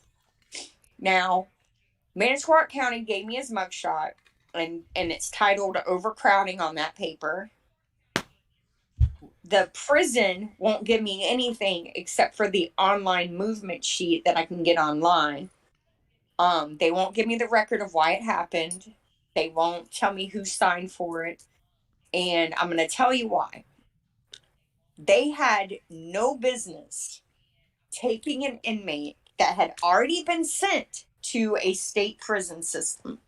It would be one thing if they hadn't accepted him yet, if he stayed in Marionette County, which is where he committed his crime. So, which is another coincidence to the Stephen Avery case. So, his Joseph Wayne Evans killed his wife in Marionette County. Marionette County is where Crivets is located. Crivets is where Stephen's parents have their other cabin. So he goes from Marionette to Waupun. He's there for 3 weeks. After 3 weeks, they ship him to Manitowoc County Jail, and he sits there for 4.5 months because of overcrowding. But then they send him right back to Waupun. You don't hear anything else about him until Making a Murderer comes out, and then you get this ridiculous letter from him where Yeah, Stephen Avery has confessed. he has absolutely no credibility at all to me. No. None. It's And terrible. then, yeah, and then we get the reward offered for information in the Teresa Halbach case. And then he changes his mind and says, oh no, Stephen didn't kill her. I killed her and I framed Stephen. So And I just find it interesting that he was a guest of the Manitowoc County Jail. Yeah, No it would be yeah, it would be good to know the down low. I mean, it could have been simply as overcrowding. It seems. I don't know. I looked in the newspapers.com. I spent like a couple of hours reading newspaper articles from 2009 and 2010 when this happened. And yes, there was prison overcrowding. They were trying to get $1.2 billion budget increase to build more prisons. And what they did is they restructured legislation for sentencing guidelines to allow minimum security offenders with nonviolent crimes to be released early to combat prison overcrowding. Yeah. There is nothing mentioned about taking a maximum security first degree murderer out of prison and sending him back to a different county jail than he came from for a few months. Well, Marinette, I mean, even though he committed the crime in Marinette, they may not have had room. And I'm sure that, Manitowoc got money for it. I'm sure they did. Oh, of course they did. But the thing of it is there's plenty of other places he could have went. Why Manitowoc? Why the county Stephen was supposedly committed his crime in? Why Manitowoc? I don't know. We're going to have to go off into theory into that one because I really don't. I can't answer it. I really can't. So it's definitely odd. It's all connected, and that's something I've learned. Wrongful conviction cases, nothing is right. No, you're right about that. Always, you can link it all together. So what we're finding is it's all linked to the cops being the bad guys, right? Yep. It's not Stephen. Stephen's not the one. Every time we turn around, there's evidence of something bad he did. It is the cops or the district attorneys. We have district attorneys who are sex offenders. We have district attorneys, or we have public defenders who are batshit crazy. I wish I could find that website that Minerva put up like years ago, as long before you got into the case. You may have heard me talk about this, but Minerva put up. She found a website, and it was about the OLR in Wisconsin, and it had a list of all the different lawyers, and it could have been a prosecutor, assistant prosecutor, whatever, DAs, any law defense attorneys. It didn't matter. Any lawyer that had appeared before them over a certain amount of time. I don't remember. It went back quite a ways. There were hundreds of cases. Anyway, wow. Yeah, it gave the lawyer's name, it gave his offense, and it gave his punishment. There were lawyers, and I'm gonna say I have no doubt this happens probably in every state or most states. There were lawyers with multiple felonies that served no jail time because their cases were handled by the OLR instead of the criminal justice system. I kid you not. It's crazy. I'm gonna dig again, see if I can find some. Maybe I've got that bookmarked on another. I'll look and see if I can find it. It is insane. Anyway. Yeah.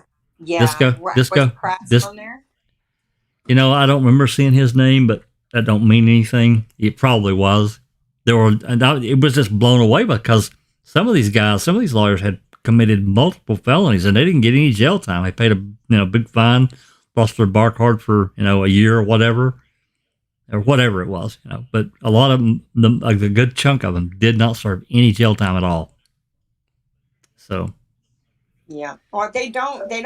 Sorry, just to chime in there. So they fine them. Where does that money go? Does that just go back into them, or go into any? I don't know if it goes. I don't know where it goes into. Some freaking slush fund, or I don't know. I have no idea.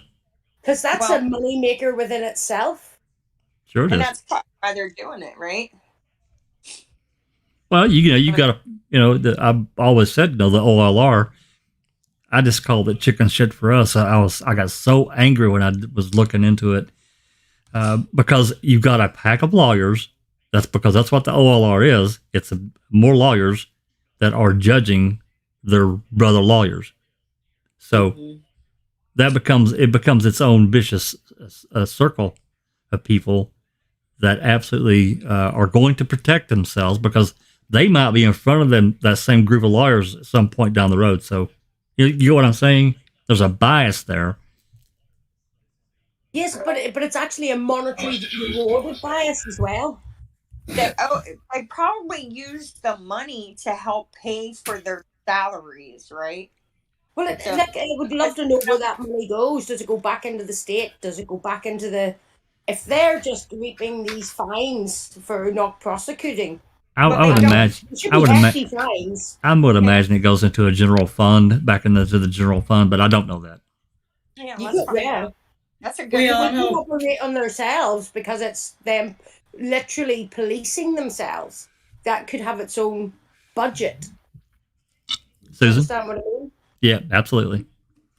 I was just Susan? going to say, we all know how they handled Kratz's case. And they did nothing until it got out. Yeah. So you can pay to keep things quiet. It seems. Well, I mean, he was, ultimately he paid a almost $24,000 fine. He lost his bar card for 4 months. He pled no contest to 6 charges against 3 different victims out of the 11 charges that he got. So, Yeah, but they kept it quiet. well, yeah, I mean, yeah, absolutely. And, his case, just like, to me, he should have been handled just like any other of us plebs out here on the planet. You've assaulted these people. You get thrown in jail until your case comes up. You get bond set. You can make your bond. You get out till your case comes up to trial. I just think it's just wrong. I agree. Yep. Anyway, They've got special privileges. They do have a bar. So Wisconsin does have a state bar. That in school, in-state law students don't have to take it. So this money's going to go to them. Yeah. So that. Oh my yeah, God. And I just thought I'd let everybody know Gregory Allen was just denied parole again, and he's not eligible again until 2023. thank God. Yeah, I don't think he'll ever get out.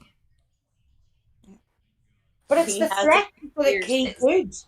His maximum end date is 2055, and he'd be 101. Yeah, he was born in 54. Yeah, I don't think he'll make it that long.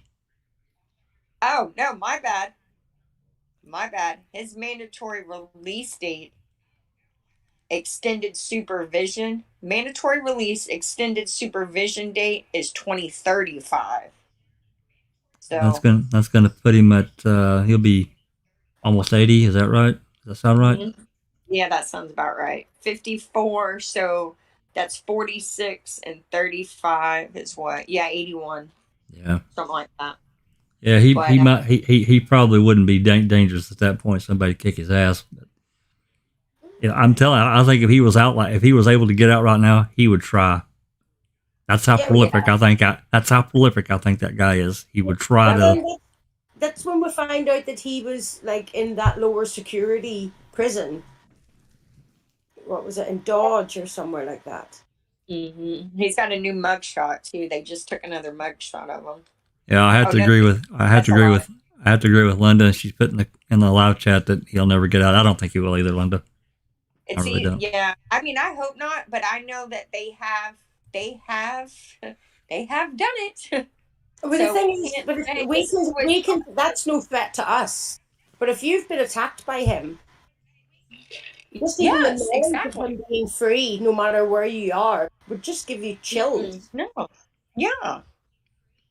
Yeah. Well, this is the thing. This is what the lady in Minnesota who believes Gregory Allen was her perpetrator that I speak to, whose case has not been prosecuted yet. This is what she said. Before her cousin, who is in administration in a police department, learned that Gregory Allen was in prison, she would still hear a noise, and look behind her. She still does that to this day. Yeah. But she was fearful that he was going to attack her again, because when he got to her, she had only been in her condo. First, she was on the 3rd floor. All right. And don't say, well, he's never done that before. There's another assault in Minnesota that he is forensically linked to that occurred on the 3rd floor. Yeah, I remember you asking me. You were reading the record. You said, "Jack, do you think that Gregory Allen would be the type that would climb up 3 flights or 3 stories?" And I'm like, "Yeah, he would. If he targeted a woman, damn right." And so he's out on motorbikes. He's out on a beach. He's very active. Or you know what I mean? It's like he's an outdoorsy guy. Yeah, and he was doing something with telephone poles at that time, right? Or power poles. So he was probably climbing for a living anyway. Probably had the equipment. Probably had all the equipment that he needed.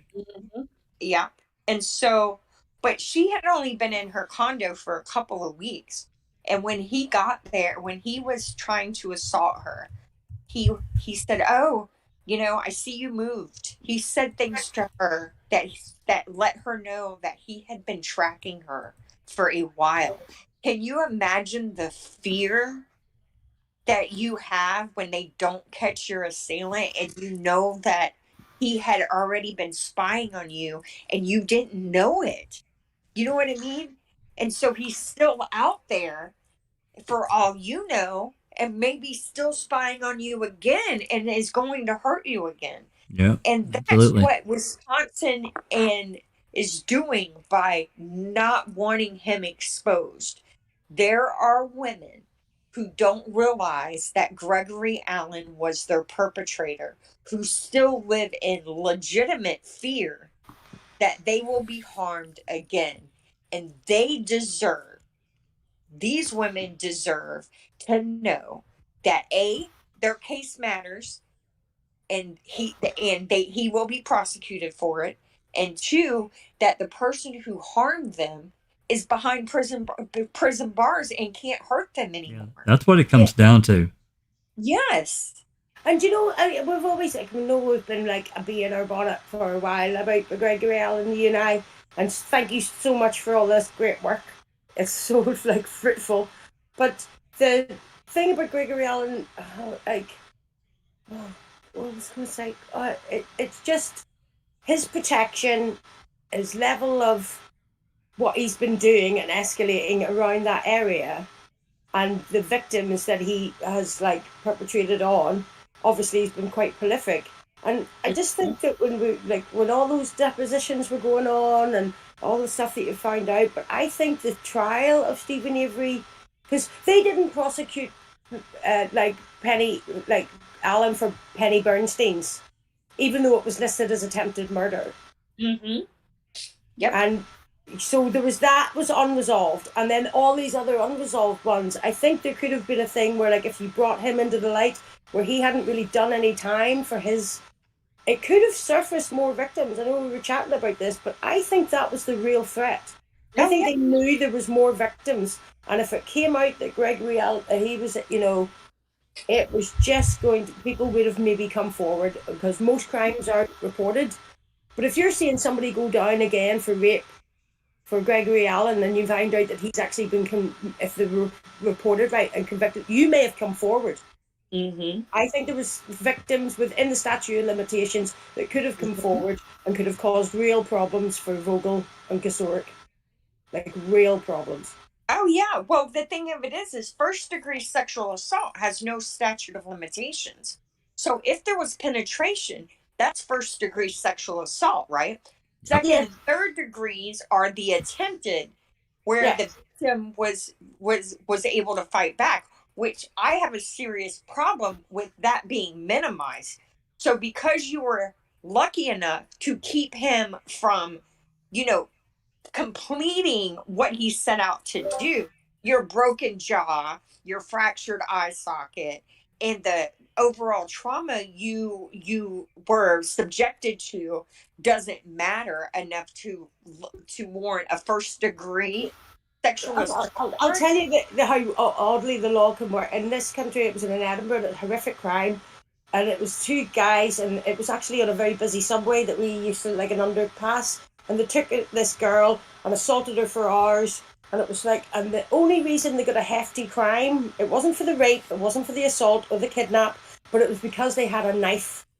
The moment that you're armed with something seems to escalate it in the law's eyes, but anything under that, see, and I agree with you. I think it's revolting. But well, he had a knife, and the lady in Minnesota that I speak to, he had a knife in her attack. So he held a knife to her. I don't know what it is in America, but that should have escalated it, because they said like Stephen Avery had attempted to murder Party. I don't know. There is a statute of limitations on attempted murder, I think, in Wisconsin, but well, I thought they would just might have pulled a case against him anyway, or. You would want to guarantee that your citizens would not have to fear this man ever again. So the fact that they're not doing that tells you. And they made an example of Steve rather than him. They know he's linked to more crimes. And if you bring him back into the spotlight, you also bring into the spotlight who? Manitowoc County and what they've done. Because Manitowoc County is the reason that the victims from 85 to 95 are there. That's right. Their actions, they're intentional. Wrongfully prosecuting and convicting Stephen Avery allowed Gregory Allen to commit multiple other offenses. Absolutely. And so they're liable for that. And I really do. I think that we're looking at like that was why does the state there's the conspiracy against Stephen Avery? I'm like, no, he's just a little side piece that was making a lot of noise, that was attracting attention. I do think the bigger story is Gregory Allen. Like, by far the bigger story, way by far. That's why I have that hashtag. Gregory Allen is the key. Yeah, Gregory, because he really is. And I think Seeking Truth for Good was onto it. You know what I mean? Yeah, she was. She showed the first. I think she got that first where I read his first rap sheet, and it is lengthy. Like, I know Stephen was locked up. He may have turned into another criminal, but I've never read anything that was just an escalating predator. When I read that DOJ file, I mean, it has other things in it besides Gregory Allen, but when I read that, oh my God, that guy is like a monster, no doubt. And he is the much larger story than Stephen Avery. And I think that's what you've unearthed, Christina, is this minimizing, this complete sidestepping, like, don't look at this, and make a real monster. That's why the Stephen Avery is such a smoking, like, ridiculous circus. Well, that's, when you see what we talked about earlier, when you see in the midst of the depositions in 2005, and this all comes up and this warrant is issued, nothing is said. It's radio silence. That tells you right there there was a control of information. Yeah. Terrifying. Yeah. Wow. I just got a response from the Minnesota BCA. I had them run a report on Gregory Allen, and they don't have any records on him. And I don't believe that. I just don't believe that. I don't believe that. So I'm going to write back and I'm going to say, well, what about in terms of the sake? That sake is going to, the data collected because of this grant is really going to be beneficial. I think that if, sorry, I didn't mean to say all that out loud actually, but Gregory Allen is likely a serial killer. Okay. I'll tell you something else that bugs me is that very early on in the Donna Emmel case, and that's the 15-year-old he's suspected of killing in North Carolina. That's the North Carolina case. Yeah. Yeah. Very early on in the newspaper, they say there was no sexual assault. And I don't believe that. I just don't. Because Gregory Allen at that time had already been known to expose himself, masturbate in front of children, and peep and prowl. The same behaviors he was doing in Manitowoc County when he arrived. Which was a few years right afterwards. Yeah. That's right, which was afterwards. So if he had already killed before he got to Manitowoc County, he's killed again. I think that they hamstringed themselves in the Donna Emmel case by not classifying it as a sexual assault. Now, she was found in water, but I did a little bit of digging on that case, and he was questioned 3 times. They took his head hair, his pubic hair.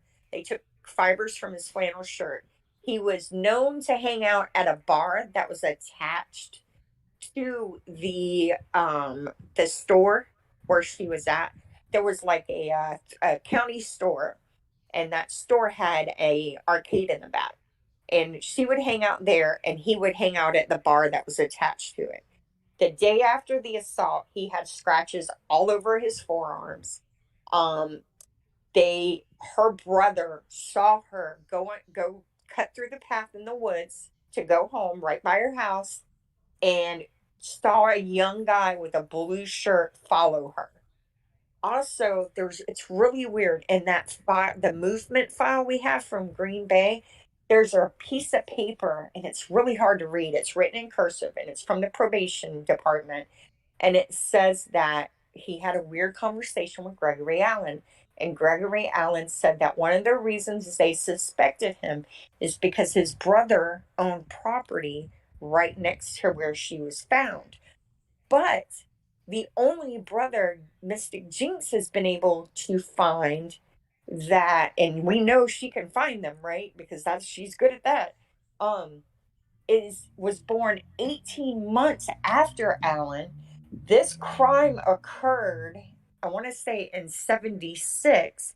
So Allen was like 21, and his brother would have been 19. So I think he has an older brother, like from that we don't know about.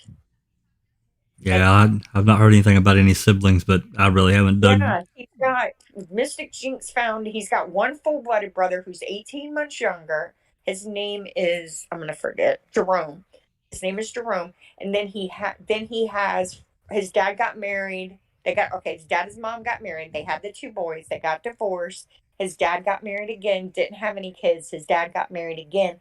Had 2 more children in the 70s that are my age, which they couldn't have owned land at that time because they would have been babies. They would have been a year, right, or not even born. And then, so I think he has a full-blooded brother and then a half-brother and a half-sister. But his half-brother and half-sister are like 20 years younger than him. And there is I found a blog about the Donna Emmel case, and I left a message on that. And they were trying to get, when he was in custody in 95 in Green Bay, North Carolina authorities traveled to Green Bay and took his DNA. So obviously there's no DNA, but I think that where they screwed themselves is either because she was so young, they didn't want to announce it as a sex assault, or because she was found in water, they missed it. Why would he attack a 15-year-old to begin with? Yeah, and if it wasn't for sex? They're saying it's because of drugs. That's what their theory of the crime is. But I think they bungled it. I really think they bungled it. I don't think they recognized it for what it was. I guess it could have been, but for Gregory Allen, that doesn't really fly for me. No, but he had about a year after this case, he's going to get busted with another guy delivering. It's labeled THC. I find that hysterical, and that's what gets him kicked out of the Marines. He was stationed at Cherry Point, when Donna Emma was murdered, and that's right down the street from the American Service Station and Grill where she was last seen. So I don't know. It's interesting. Yeah, very interesting. Yeah. I know that you think that he just might be a bumbling crackhead, but don't underestimate drug users, psychopaths. Or I don't know if you've watched The Phantom, but you know, Absolutely. there's a Gregory Allen type, and he is a drug user. He's a prolific drug user, and he was highly manipulative, highly active, highly street smart. There are multiple police reports that say Gregory Allen is highly intelligent. There are multiple reports from other inmates who say they're scared to death of him, that he has a look in his eye that makes you fucking tremble. Yeah, he's got dead eyes. There's no doubt about it. Yeah, he's a psychopath. He's he's the definition. He is a Ted Bundy. He's Wisconsin's Ted Bundy, and they have tried to hide him. I believe that. Well, there's that other side of that, that we know that, like I said before, that, downplaying hardened criminals that are loose in the area, you scare the population. There's that side of it. And I know that police departments are aware of it. So. Like we were chatting about it, obviously a lot of, sex workers maybe don't report crimes, but a lot of them do talk to the police as well. There is word in the street if there's dodgy jobs and things like that. It does come to the surface, but we just noticed that wasn't Gregory Allen's profile, but we don't know that. He could have attacked. No. I didn't tell you that in that 95 file, it says that he's in there talking about that.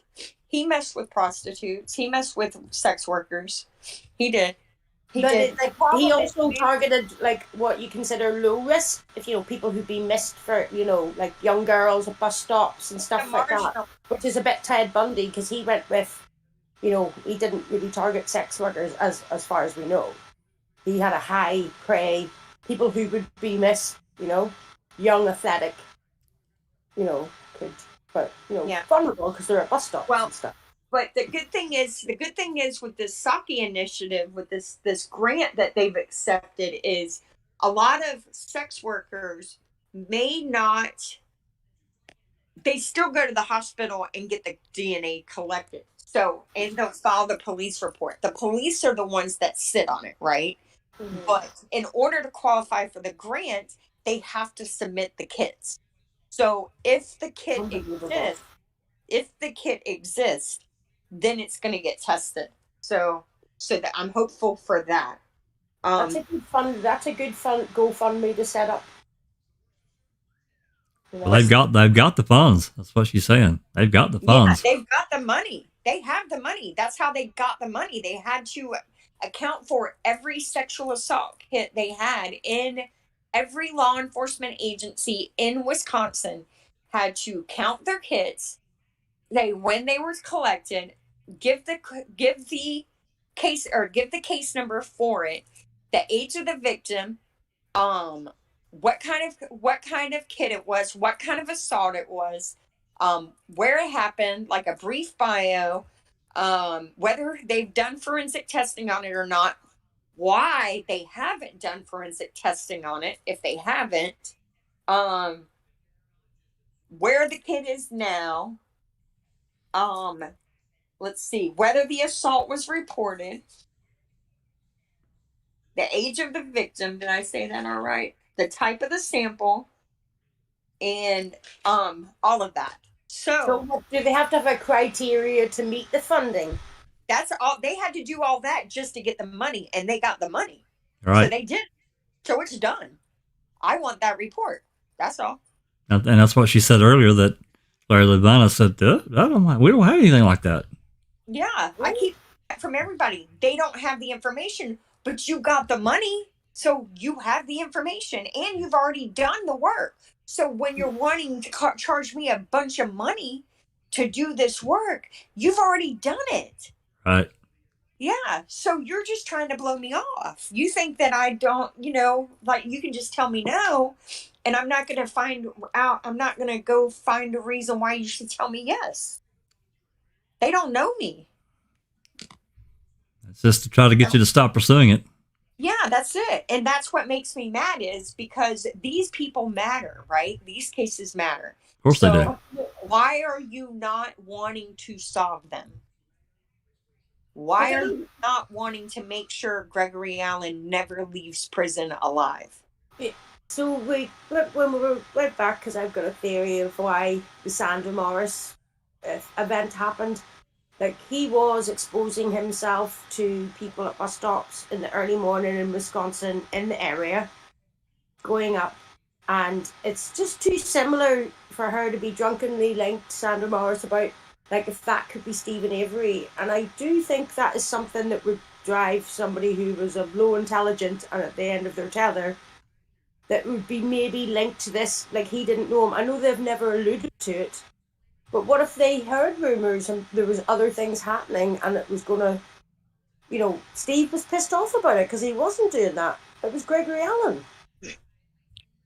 Well, they tried to paint Stephen as as someone who would do this, right? They fabricated the marionette link to the marionette assault of the 11-year-old girl. You have Sandra Morris and her bullshit, that lie. So I think there was maybe in the beginning a plan to try and pin all of this on Stephen Avery and just let Gregory Allen have a free pass. But good cop. Well, that's why, like, I think that there was the Long Island Killer that we watched, where there was a DA that was protecting a cop and they kept promoting him and stuff. And it was because he'd been linked in being dodgy and sealing his first successful case. Mm-hmm. So that DA just it was a linked thing, where they protected this. This was a cop. So why wouldn't it be somebody who was procuring things of other nature or doing such things, whatever it is, you know, whatever the loyalty was towards Gregory Allen?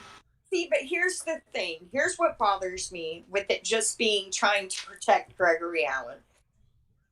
So Tom Kosurik became a cop in 1969. There was a murder not long after that of an elderly woman named Mary Glasser, and two brothers were set up for that crime, and they both maintained their innocence.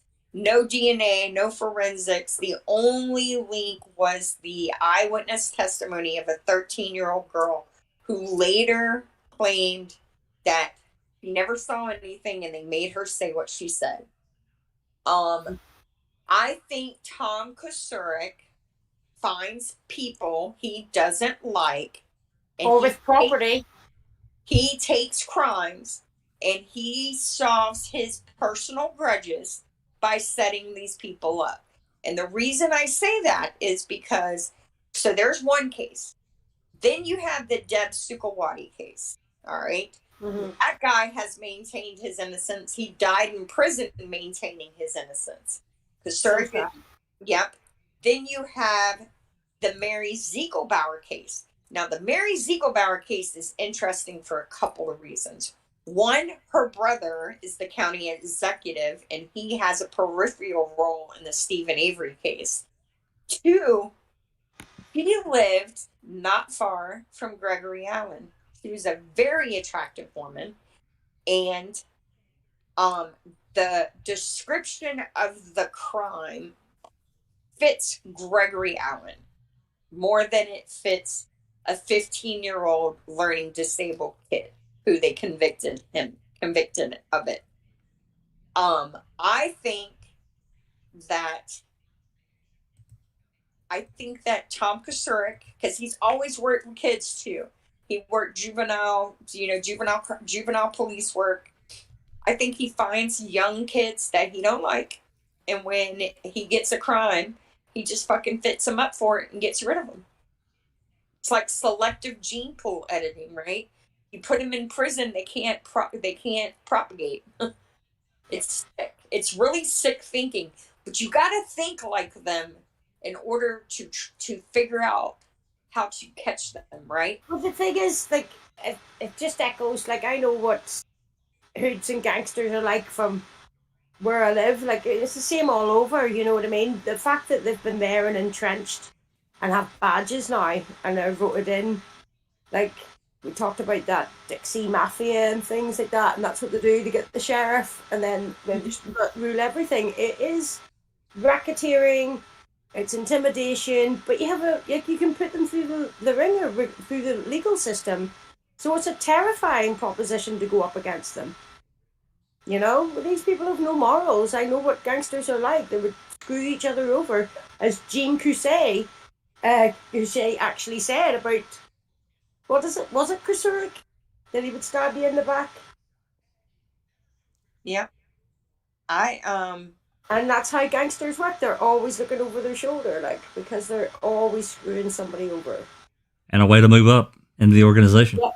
And reward the loyal and the stupid, you know, the soldiers. It's most mentality. God, how long have we been going on?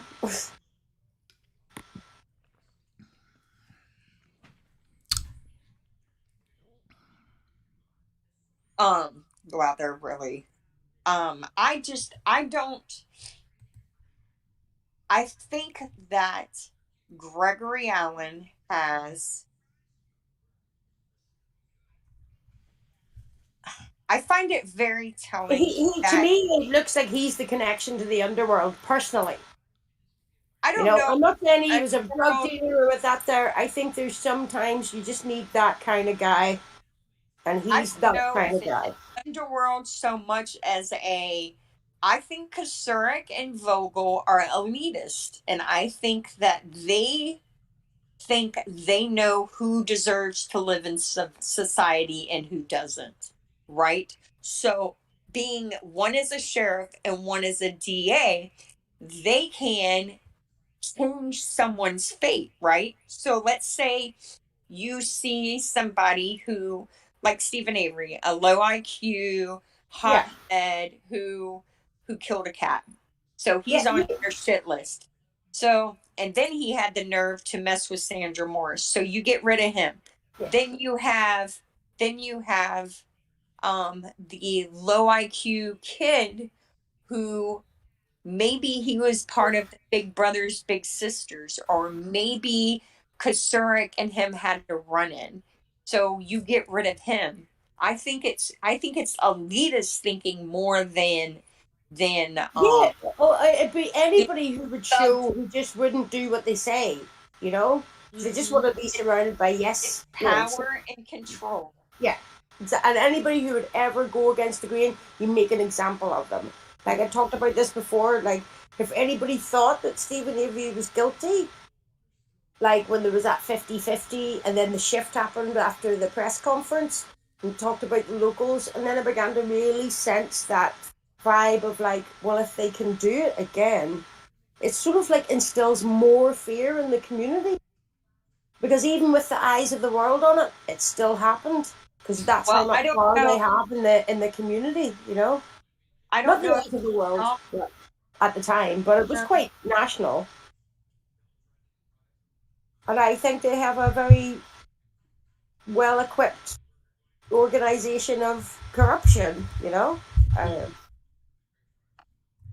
It's a kind of, they want it to be that. They were like, we're so rural, and, you know, that's right now. It's not an excuse. Right. At this point, they are in protect and cover my ass mode, right? Mm-hmm. They have to, because now this stuff has to be made available. They have to report it. They have to account for it. They have to submit it. So there has to be a fear that Gregory Allen is going to be caught by this, correct? Well, I mean, the only thing out of that would be any, and this is just a theory, and I'm just throwing it out there, speculatory. Okay, would be that any kids that they suspected that Allen had a damn thing to do with, they got lost in the garbage. You know what I'm saying? Yeah. I'm not saying they did that. We've said this before. If Stephen was actually a predator, he would have been protected like Kratz and Allen. And his brothers. I'm afraid, Jax, I'm afraid I'm hoping Minnesota wouldn't throw them away. Right. I don't think Minnesota has a reason to destroy them. No, they don't. I don't see them benefiting from helping Wisconsin. No, and, not at all. And after seeing how the Brett Blamé investigation went, I would like to think that pissed some people off because, you know, he got hardly any jail time for what he did. And he was a juvenile court judge who, as a public defender, worked with low-income children. And these are the types of kids that he is distributing videos of these toddlers engaged in sexual acts. So, Excuse me. Yeah. What is it, Linda? Doris just posted something on our wall that said Wisconsin SC denied. Is that Supreme Court? Yeah. Yep. So maybe we'll have to cut it short, eh? They denied to look at the case. Just looking at that. Yeah. So like I said, the only way to get this back into the news cycle is to find something that's going to make them take the focus off of Stephen Avery and put it back on Wisconsin, right? Because Zellner has already shown how fucked up the whole entire case is from start to finish. She has exposed all of the bullshit, but nobody wants to be that guy. Nobody wants to open the door. But if you can get the news cycle focused back on Manitowoc County, never should have been there to begin with, and then you have Calumet County, who supposedly is controlling it, telling everyone Manitowoc County isn't involved, but in reality they are. So now you can't trust Calumet County either. So there goes the, well, Calumet supervised them theory. And it's just, I think that it could help in getting the case back into court, because they're not going to let her into court without some reason for them to do so. And Zellner, as even though she's given them plenty to do so, it didn't work. So how do we do that? We have to get the focus back on how corrupt Manitowoc is and how they allowed someone like Gregory Allen to remain free to assault multiple other women. Yep. Because there goes the, well, we did it to protect the society frigging from a bad guy element. Because if you were so concerned about society, you would have framed Gregory Allen too. Well, I mean, we know of three major assaults that he committed after Penny Bernstein. So yeah. So it come had on. nothing to do with protecting society. No, at absolutely all. not. No. At all. It had nothing to do with that. So why the hell did you do it? Well, their goal was different. You know, everything's goal driven. You know, what was the goal? And the goal was to jail Avery. That was the goal. Yes. So the goal wasn't protecting society. No. The goal was to teach Stephen Avery who was boss. And those kind of people can't be trusted to have conducted themselves in yet another investigation. Well, they become judge. Yeah, they become judge and jury, and that's not their function. Right. So if they did it once, they did it again. Correct? I'm sure they did it multiple times. Well practiced. Because they did it in 85. They got caught. They're in the middle of getting sued for doing it. And then, lo and behold, Teresa Halbach just happens to come up missing. But what you don't know is behind the scenes, Gregory Allen had been connected to yet another sexual assault. Yep. So, I don't know. I got to figure out a better way of explaining it. Well, it's frustrating, you know. I think everybody gets it. I think that, it's really frustrating. You know, I know you've only been at it a couple of years, and I can tell you, I was where you were when I was into it for a couple of years. I was really frustrated because I was trying to do things, be an advocate and trying to stay on the right track, not get blinded and say, oh, well, everybody's corrupt and therefore that makes Stephen Avery and Ben and Dassey innocent. I don't want to go that track because I don't think that's necessarily true. I do think there's serious corruption in these various places that we pointed out. Well, Wisconsin is, I think this entire state of Wisconsin is corrupt because if you look at what they did to that guy in 2012 in the article Habendea linked that I read, he came forward about a fellow DCI agent. Now, this is at the state level.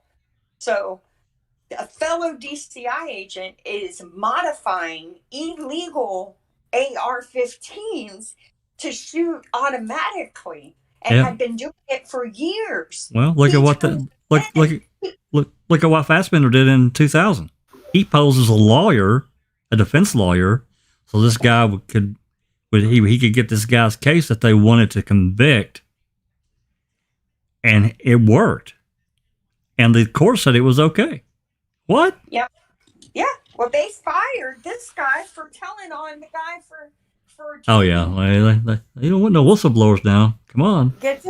So the Michael Bell Jr. case with the shot dead. Yeah, right? It's so sad, and he's just put in the New York Times, I think, because he was a lawyer and he's an airport, he has money, he's a well-respected, and I'm sure you might know this case, and it's so shocking and so sad. 100 miles away in Kenosha. But the guy that didn't recall in the depositions, that just said, I don't recall, has written a book. Oh, now you can recall.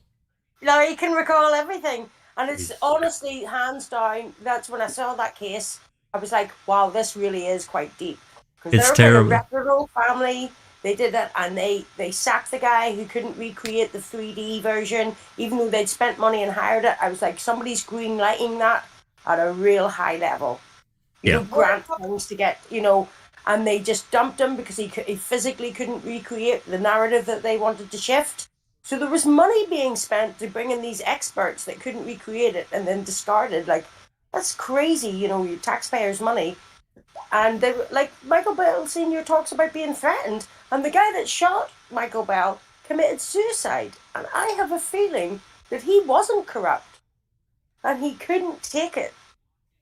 He maybe wanted to come clean and wanted to say, yes, it was an accident, but they just couldn't admit they were wrong. Right. Exactly. And I think there was 2 sad deaths there. Because he had a young family and he was a young officer.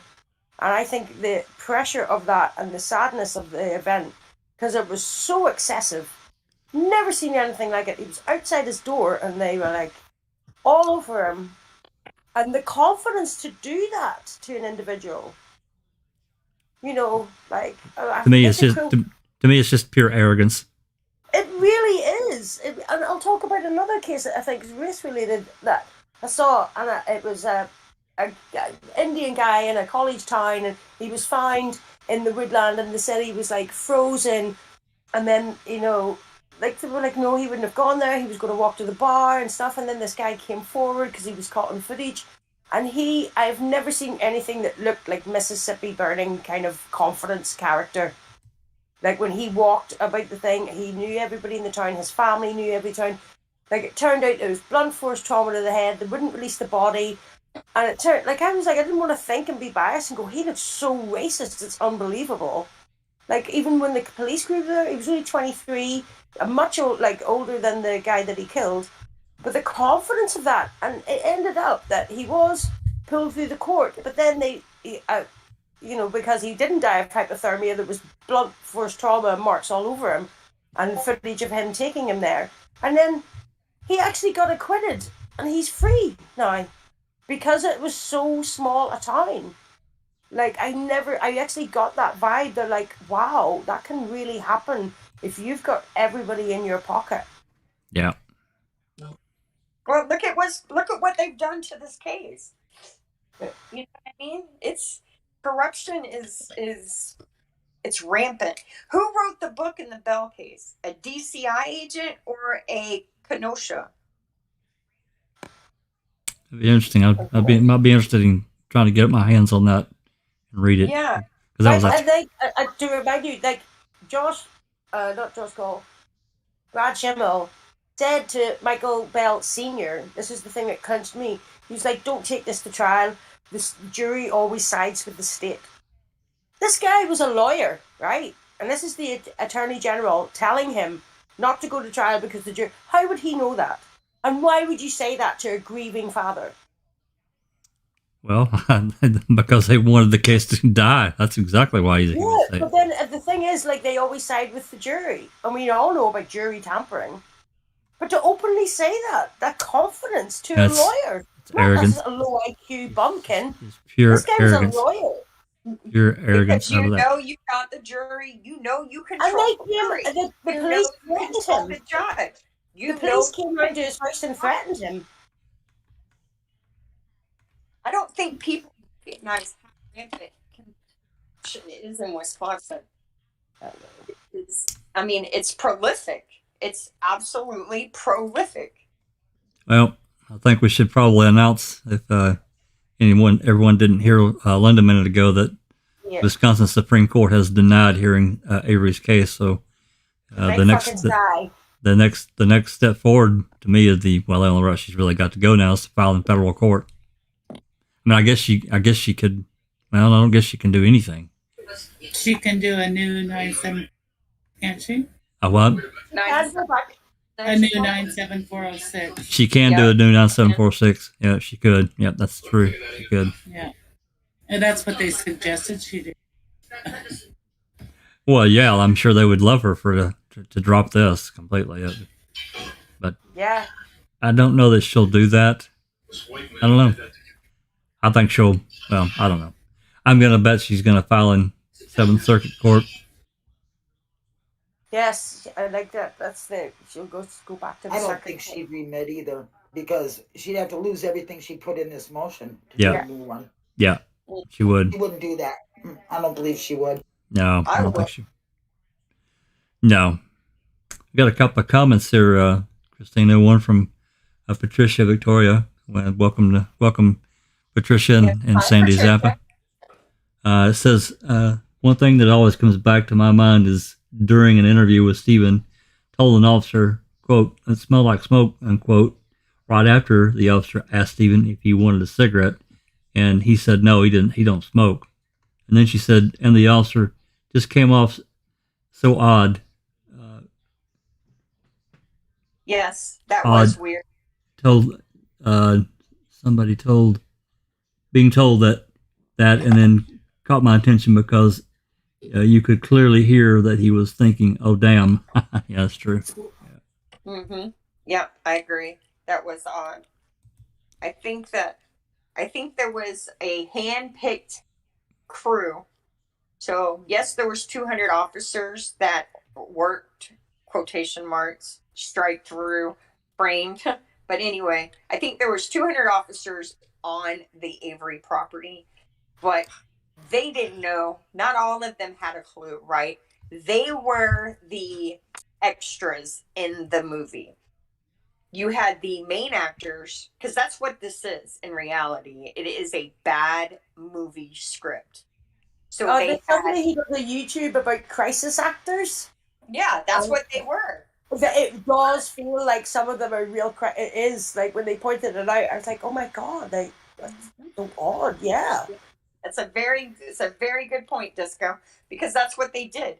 They tried to sell it as a traumatic and unbelievable, rage-filled, lust-filled murder investigation, bones found in the burn pit, and all of that. But thanks to ODOG and N64 and Henberry, we're getting all this news footage. And you see the news footage of all the cars at the property? And if you watch, I guarantee you, I don't care what news footage you watch from the air, on the ground, you will never see an officer with a shovel on Stephen Avery's property. You will never see them with a brown tarp.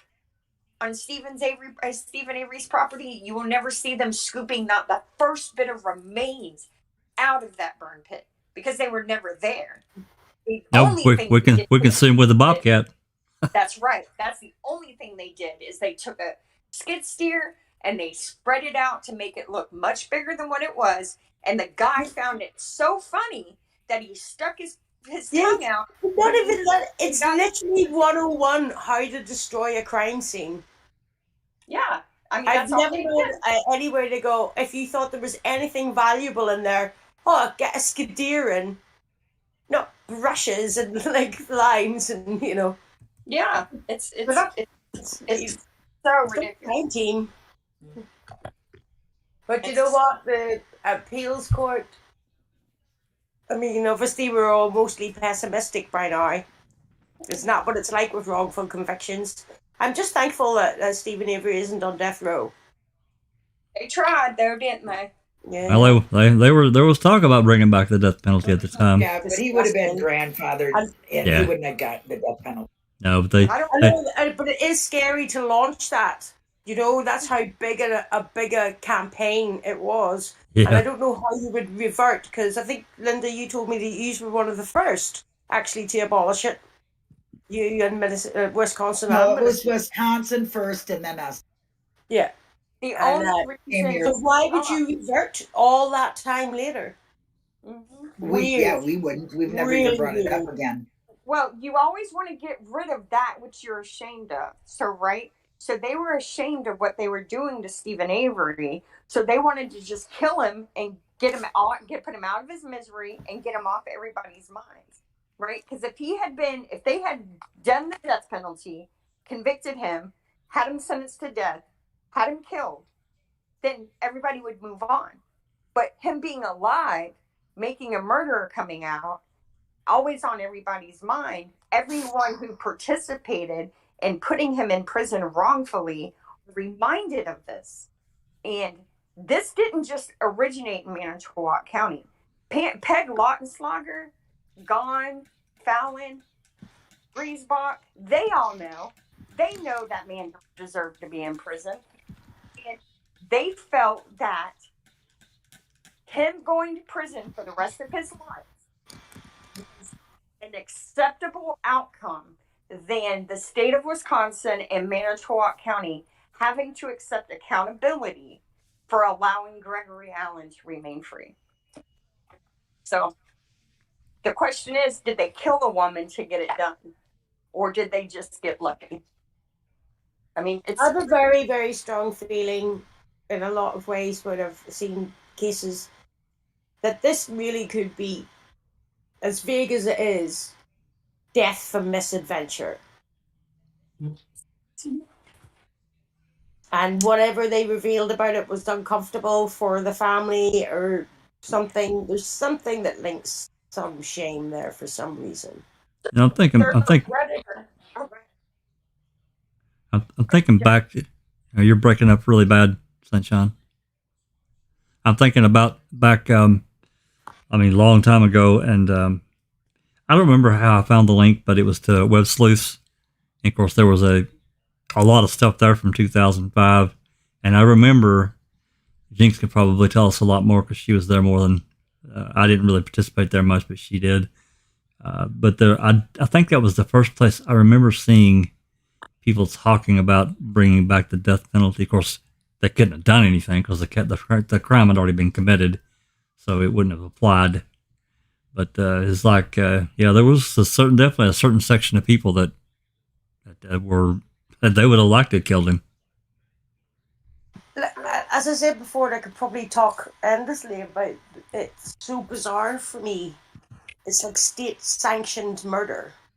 Sure it is. And somebody who has to do it. And it's so barbaric. I can't get over it. I mean, I think that but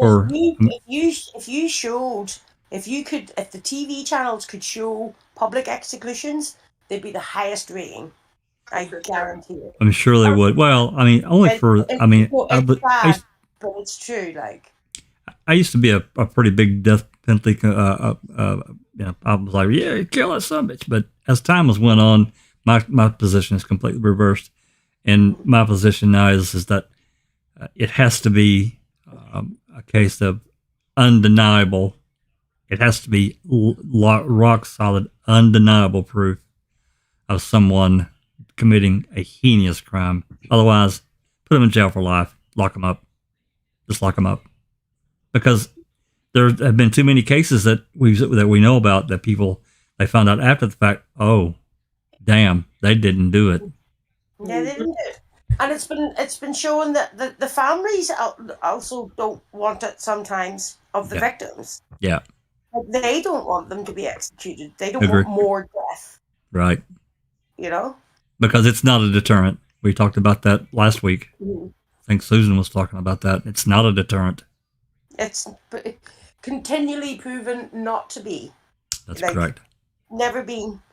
There'll always be that factor, and like crime and punishment is a real thing, and how do you justify it is, obviously a bigger question, but personally, I think for killing people seems insane. I think the much harsher sentence is forcing someone to live every day locked up. That's me. Yep. You kill them and their pain is over. Their suffering is done. And sadly, that's a lot of the reason why the families don't want them to be killed. That's right. That's the easy way out. That's right. And they're right. I understand why they want to hang them high, but a lot of the time they don't. Like, some of them say, I watch things, and it is really sad that when they were killed, like, some of them are relieved, but a lot of them, it's not closure. There is no closure. That's a made up word for TV. There is no closure. I'm telling you, there's not. It didn't make them feel better, and some of them made it feel worse. I can tell you, some of them campaign to be anti-death penalty, which I find amazing. I'm telling you. I mean, I lost a daughter, and I'm telling you, if I'd have known if I could be told exactly why that happened, that's great. But that would not close the book. No. Every time I hear that, from these TV shows, I absolutely see red, because it's just a made up word. Yeah. So, and Shane Henry asked in the chat, so the court denied Stephen today, and that is correct. The Wisconsin Supreme Court denied hearing the case. So you think, federal, she says that, you'll only darken the door of the federal court when you've, I can't remember the quote, but she actually says that. She was like, you don't want to bother the federal court. Do you think she's going to not bother the federal court? No, I think she'll pursue the federal, because otherwise all she can do is file a new now 74.06 motion. But if she does that, she can't include anything she's already done. Yeah. Procedurally barred. Oh, dear. So I think she's forced into following the federal guide to a federal court, 7th Circuit.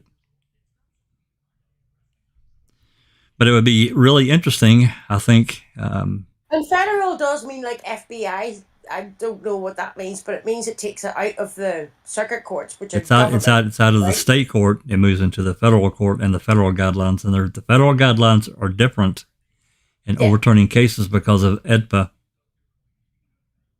It's such a clincher. Like, we're only seeing this affect this case, and this is affecting so many cases. EDPA is one of the worst pieces of legislation ever constructed. So sad. Part of the crime bill. It needs to be abolished or amended drastically. And I think why it was established was that the bombing, the Timothy McVeigh. Well, originally it started out in '93, and that didn't really go anywhere. And then the World Trade Center, the World Trade Center shit happened in New York in the basement, and that's when it really started. It really gained traction. And it's supposed to have been, the Anti-Terrorism and Death Penalty Act, but in that they snuck in a bunch of really shitty language as far as habeas corpus and limiting the federal. They gutted federal ability to correct state court bad decisions and yeah, absolutely. Because what it does is it hamstrings the federal court from intervening in state court decisions. That's right. That's exactly So what it does. You have to find a judge who believes in the case so much that they will spend. First, you have to get an attorney that makes an effective enough argument that the judge can will spend the time to find a way to rule on the case in a way that benefits the inmate. It's a lot of work, and it really does. It makes it damn near impossible. But did you explain it for like the UK, like listeners, like because when federal means statewide, nationwide, right? Nationwide, all states. And all see, states. Well, you have to understand. You got to take a step back. So you have regions of the country that are divided up into different. Like you got the Seventh Circuit Court that covers it. You're like lots of little mini islands with your own laws and your own establishments. Well, I mean, no, the federal law is federal law, and that's with all the all of it. But then you've other smaller laws inside those states that can vary quite drastically from state to state. Well, yeah, they can, yeah. But I mean, when you move into the federal level, you have regions of the country that are divided up into different circuits. Wisconsin falls within the 7th Circuit. That'll be Wisconsin, probably Michigan, Ohio, maybe Minnesota. I'm not sure. So there'll be several states that will be combined. They hear all federal cases from that region. So that's which is where Schimmel was able to get it. Yes. Brendan. Yes. Yeah. It depends on how it's filed. So if it's filed in state court, you can't just remove it to federal. You have to be charged with a federal crime for it to go through the federal court system. Now, what I find, there have been others who have thought this before me, so this isn't my idea, but I feel like they maximized the money spent in the investigation and the trial. And I also feel like these are all corrupt individuals. I find it highly likely that they built funding, so they wrote for overtime they didn't use. They wrote for double time they didn't use. You know what I mean? They took advantage of the money available to make as much as possible off of the case. And with this grant as well, if they don't adhere to the policies on that, then they're stealing from the federal government. And a lot of criminals can get away with it in state court, but when you show the federal government that they're taking money from them, then they'll step in. So that's always a possibility that maybe Stephen Avery can get relief in that way. Because when someone knows that they're going to go to prison for 20 years for stealing money from the federal government, they'll start talking, right? Well, yeah, they frown pretty heavily on fraud, defending. I think that would have been a white collar crime. Well, I mean, I think that, the Supreme Court denying Avery's case, I mean, you got to think about the political ramifications that they just sidestepped. I'm sure they didn't want it. I'm sure they didn't. They did, like, as I said, when the state said, oh, just because he's had a, TV show made about him, which is, some kind of Snapchat reply by a teenager that was written in a brief by the state, It was such a petulant moment that I really doubt. I was like, they're that confident. They know. Yeah, I never. And it's too much money and it's too expensive to let them out. The ramifications are too high, in my opinion. And now it's political. Yeah, it's not just letting Stephen Avery out. It's admitting to what Gregory Allen has done. They're connected.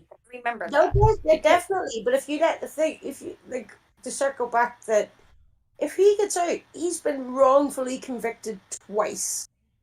Can you Now- imagine the interviews, the uphold, the shock, it's unbelievable. You know, I don't think the justice system can handle it. A lot of careers, a lot of people are going to go to prison because it's criminal what they. It's not just civil; it's criminal.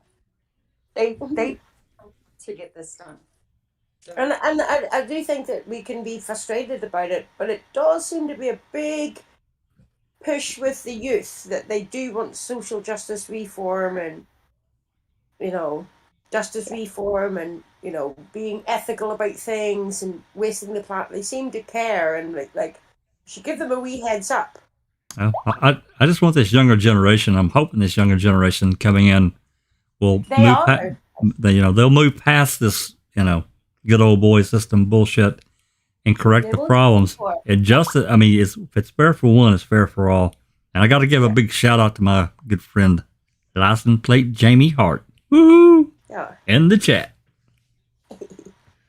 Awesome.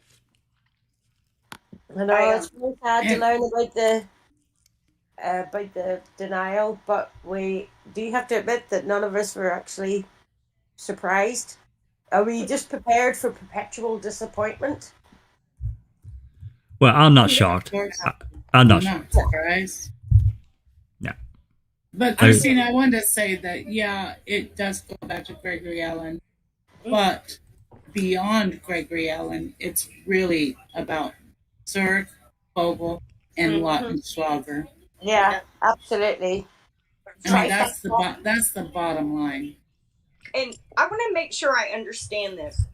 So, Josh Paul is Peg Lautenschlager's child, right? Yeah. That is her son. Yeah. Yep. Okay. That's what I thought. He never advertised in his, what do you call it, the running for election. Don't think that was ever alluded to. Oh, everyone knew it, though. It wasn't a secret. Yeah, it wasn't a secret, but it wasn't like in any of that. Where they would really laud that kind of thing up. I thought this name change, I thought it was a very surreptitious move, They Yeah, I gotta agree with TT and Fangirl. I'm tired of the no's too. We need a yes. Yeah, for sure. It's frustrating. Really frustrating. It is. I don't know. All we can do is just keep doing what we're doing. Keep telling people. I'm telling you, Christina, we got to get this in front of somebody connected, a reporter that we can get interested in the story. This is a major story with Gregory Allen. It's a huge story if they'll tell it. So.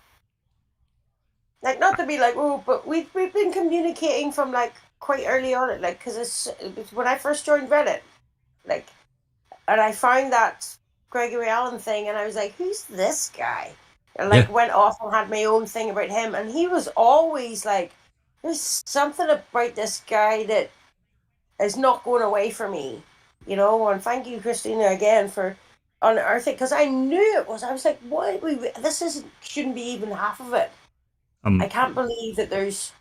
I've never seen anything like it. It reads like a movie horror story. When Seeking got that file, and I read it, it just blew me away. I knew he was a bad dude, but God. Yeah. Mm-hmm.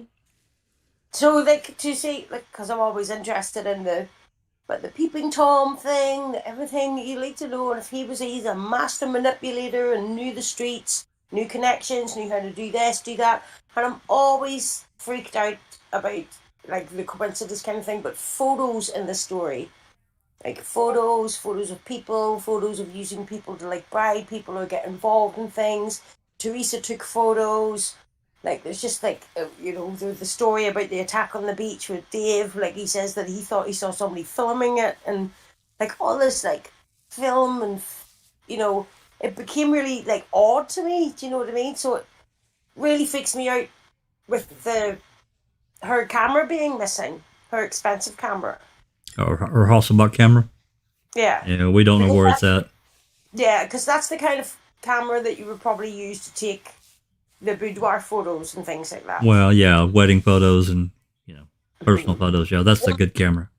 when Henbury got those photos, Seeking made a post. There are photos in there that have debris from the quarry, and in that debris, in those pictures, you see things that make you think that that's actually where the Hasselblad camera is. There's like a perspective lens. There's little bottle-like things like you would have if you were. You're not going to burn that in a burn barrel. I don't know why you'd burn that at all. That was a very expensive camera, Well, even then. I think that may have had sensitive information. Possibly. I don't know. It's a possibility. I always put it out there as well. It's just a theory that she may not even know, like Teresa. Like that she may have something that anybody could find compromising, or meeting somebody that wants something. You know, it's like the death and misadventure is as vague as it is. There could be something that happened to her of her own volition that we just don't know about. Well, it always irritated the hell out of me when, you know, all these people are running out of her house. When, you know, Scott Bloder let them in, and Ryan Hilligus. They ran in and out of that house, but there was no real accountability for a lot of it. You know, Jolene Baines comes along and says, "Hey, you got to look at these photos that you know, Teresa takes these boudoir photos. They go into her room or wherever the hell it was at, into her trunk. We don't know what all the hell they took was taken out of there. There's no." Always told me the trunk with the like Pagel signing them out. I'm like, you have no idea. But there's no chain of There's no chain of custody at all for that shit, and it's always bothered me. Agent, was there a DCI agent there that night? I'm not going to say. I don't remember. Maybe. I don't know if Skorlinski was there. Not Skorlinski. Yeah, Skorlinski. I don't know if he was there or not. I just thought that if they did take photos, DCI had them from the beginning. And let's just take this out though, because Mystic Jinx found that there was a divorce proceedings, and it's the Bradley check goes and gets them from Pagel, if I recall correctly, but it's under the warrant that he has to give them back through this divorce proceedings, which seems pretty serious. Like, this is well before like public media with like revenge porn and things like that. She obviously regretted it and wanted it back, but it seems such a formal thing to go to her house to get these. She's still like, I think it's on the 9th, or it's really early. Like, everything's happening. Well, Teresa had to go to court for that. Yeah. For their divorce proceeding. When he goes to get the negatives in Teresa's house, the date of it is I think it's about the 9th, 10th, 11th. You know? It's pretty early. It's pretty early when everything's chaotic. You think that, hey, we don't really need to get these right now? You know, again, even if his wife, the girl's like, you know, in the middle of thing, but she had to have these right now. Who was frightened? Why was she so frightened of somebody else not having those negatives? Like, that seems like a very unnecessary thing to do, considering what's happening at the time. Well, I don't know. There's if you look in Queso, there's I think it's Schultz. It says that he, was looking in the Bradley check. He found some images of him. He printed them off and he passed them out. I requested a copy of those pictures. They don't have them. No. Well, of course not. No, but you know what I mean? Like, why? Like, if that would be, I couldn't put myself into like, oh my god, I really need these pictures of my divorce thing, but they're in this girlfriend's trunk who's. Like, why is she fearful about that? Why does that happen? Why is it not her going to get them? Why is it Bradley? Why is there no documentation of when they go into the trunk? Because that seems like a pretty private thing to go into. Well, no, there's documentation of them going into it. There's just no, we don't know exactly. None of it of what, like, none of it's what's not, in it. No, negatives. No, there's no ledger or chain of custody. That's correct. So they open up a large trunk in a room that contains negatives, which I would denote that would be quite a private space where you put maybe a lot of private things. One of two things happened. All right. One of two things happened. One, they just chose not to photograph their victim's home at all. Period. I don't believe Or that. we talk about that. Like, we don't know how she lived. I We don't know believe. anything about how she lived. The DCI photographed the home and everything in it and maintained control of all the evidence. That's what happened. Either they handled it like a crime scene, like they should have. I think it might have been the crime scene. Well, it's possible, Yeah, but they still should have photographed it, even if it wasn't a crime scene. Yeah, I think so. They know where the crime scene is. They just know that this is their victim's home. So they don't know who took her. So in the beginning, it has to be treated as a crime scene. It should have been, but it wasn't. Yeah. So either they did it right, which, either they did it right and DCI maintained info on it, or from the very beginning, they knew what happened to her. Yeah. They knew they didn't need to do anything in the home, that it wasn't going to help put Stephen Avery in prison. Well, they only gathered some information of the phone calls. The privacy, everybody knows about the 7-person panty. And dirty underwear for the new people that Ryan went and got. Wasn't that it? Like, some of them were from her wash basket, her laundry basket. Oh yeah, they took her dirty panties and didn't test any of them, but they did that. I'm sure they did that to try to trip up. Well, Fassbender tried to trip Brendan up with it, and it didn't work. Mm-hmm. But why would they take all of her dirty underwear if they were going to test any of it for her DNA? Why do that? On her vibrator, which I was always skeptical about. Like, I had this out with our friend from the Reddit, the Food Solo, where he was trying to say that there'd be more likely to share DNA than a toothbrush than there would be on a vibrator. And I was like, you're insane. Oh, yeah, well, that's him deflecting. That's him fucking deflecting. Come on. Yeah, that's ridiculous. Yeah. I was like, no, I don't know where world you come from where you think, like, I'm sorry, I think a sex toy is likely to be shared more than a toothbrush for anybody who's queasy about that. But to take her sex toy really was the DNA sample for me a lot of the time. Okay. It just... I just think it's a bizarre item to take. And it's a bizarre item for Ryan to go in and take and give it to them. I don't think... And his underwear. Mm-hmm. And nobody questioned him. I think the beginning of the crime, they weren't going to have a body.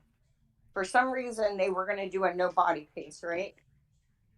And then they decided... There's a no body case in some respects. Yeah. Well, it's a bones case, right? Mm. Yep, remains. Yep. So I think the beginning idea was likely... I think the beginning idea was likely... place her in his trailer with DNA and have a no-body crime. So that's why they took all that, right? Dirty underwear. Maybe say the vibrator was, or maybe swab the vibrator and put that evidence on his sheets. Something to that effect. But then they decided to go with the burned bones thing instead. And not document a damn thing in this alleged burn pit. It's so bad. It's so bad. It's like a really terrible Hollywood script. It's so terrible. Yeah. All right. We're gonna have to wind this down, guys. I got to Yeah, we're at 2 hours, 58 minutes, and 31 seconds. All right. We'll call it 3 hours. That won't be a 4-hour one like last week. It's been a great discussion, though. Yes, it really has.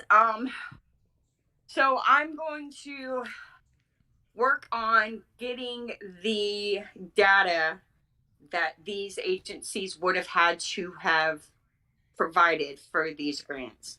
I think it could be really helpful.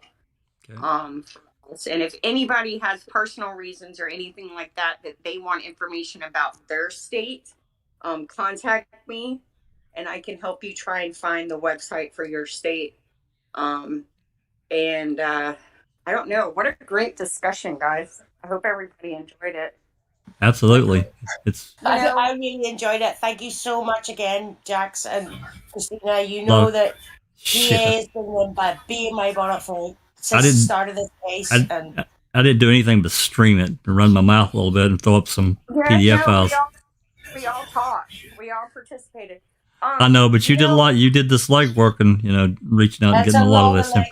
Nobody else I saw was willing to dive as deep. Like, you deserve top kudos, Well, I mean, everybody has their thing, and Gregory Allen is always just. So it's answered a lot of questions for me. I feel a lot more.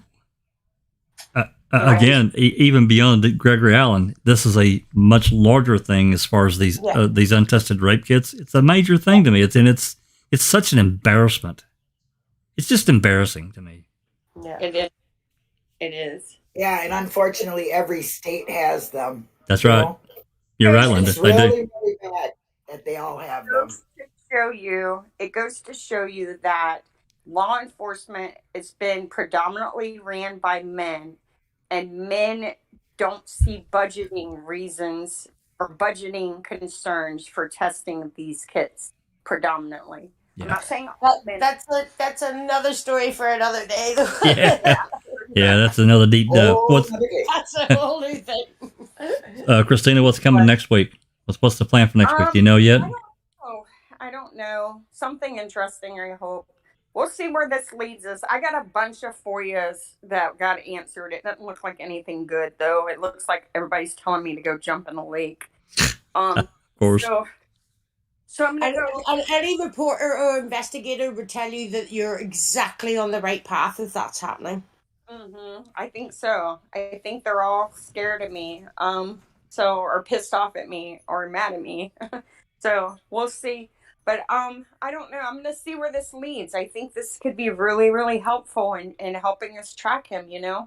I'm going to find the movement sheet that I thought I linked and give it to Jack so he can post it in the description, because I think people are going to find it really interesting to see where all he was at for those 3 years when he was working for the electric company. Yeah, because he was everywhere. He was in Missouri, Texas, Illinois, Michigan, Minnesota, Wisconsin, Alabama, and Georgia. So those are here. Yeah, so he's definitely, I'm sure there are victims in at least one of those states, because he couldn't go a week without doing his thing, right? Yeah. So, agreed. Yeah, I agree. So thank you everybody for participating in the discussion, and you're very welcome. And if anybody has a good idea for a podcast, like hit us up in Discord or on Reddit or on Twitter. I'm open to talk about anything. So, all right. Thanks for coming, everybody. I guess for, our next thing coming, we don't know what Kathleen Zellner may or may not release, and we'll try to keep an eye on that. If there's something to discuss, then we'll throw up an open mic and discuss it. If not, I'll see everybody Saturday afternoon with Uncle Ken. Right, sugar? Right, sugar? I'm sorry. Rhonda's on tonight. Then we got Brendan. Brendan talks on Friday, right? Oh, right? Jeff Jones on Thursday. Jeff Jones. Thursday, After dark on Thursday evening. Our dance card is full. Our what? Our dance card's full? Yeah. No doubt. We need to put out a YouTube TV channel, guys. Yeah, really. And then Sunday for open mic. Yeah. I don't know yet. I really don't. Just a little perk. Ripper's going to be going on in about 5 too, so you might want to check that out. Yeah, I can't go. I was actually going to before we got off. I was going to mention Tiger King 2 hit at 3 a.m. Eastern time last night. I binged it. It is fantastic. and It's Ripper. excellent. Yep. Yeah. And Watched it at 2 in the morning with Jinxie. Ripper is beginning in it at the end of episode 1. He is in it a lot in episode 3, and it's really good. It's Jinx is in it. He's gonna blow up. Yeah, Jinx is in it. I'm gonna say this: him, Jinx, and Nosy make me proud to be a quote armchair quote detective. That's right. Senior armchair They've done detective. more to solve this case than the Hillsborough County Police Department. All right, guys. We'll let Christina get out of here and let everybody go. Thanks for everybody that stayed. For the great discussion. And this has been. It was a good discussion. Thanks for joining and listening. This has been a Foul Play production.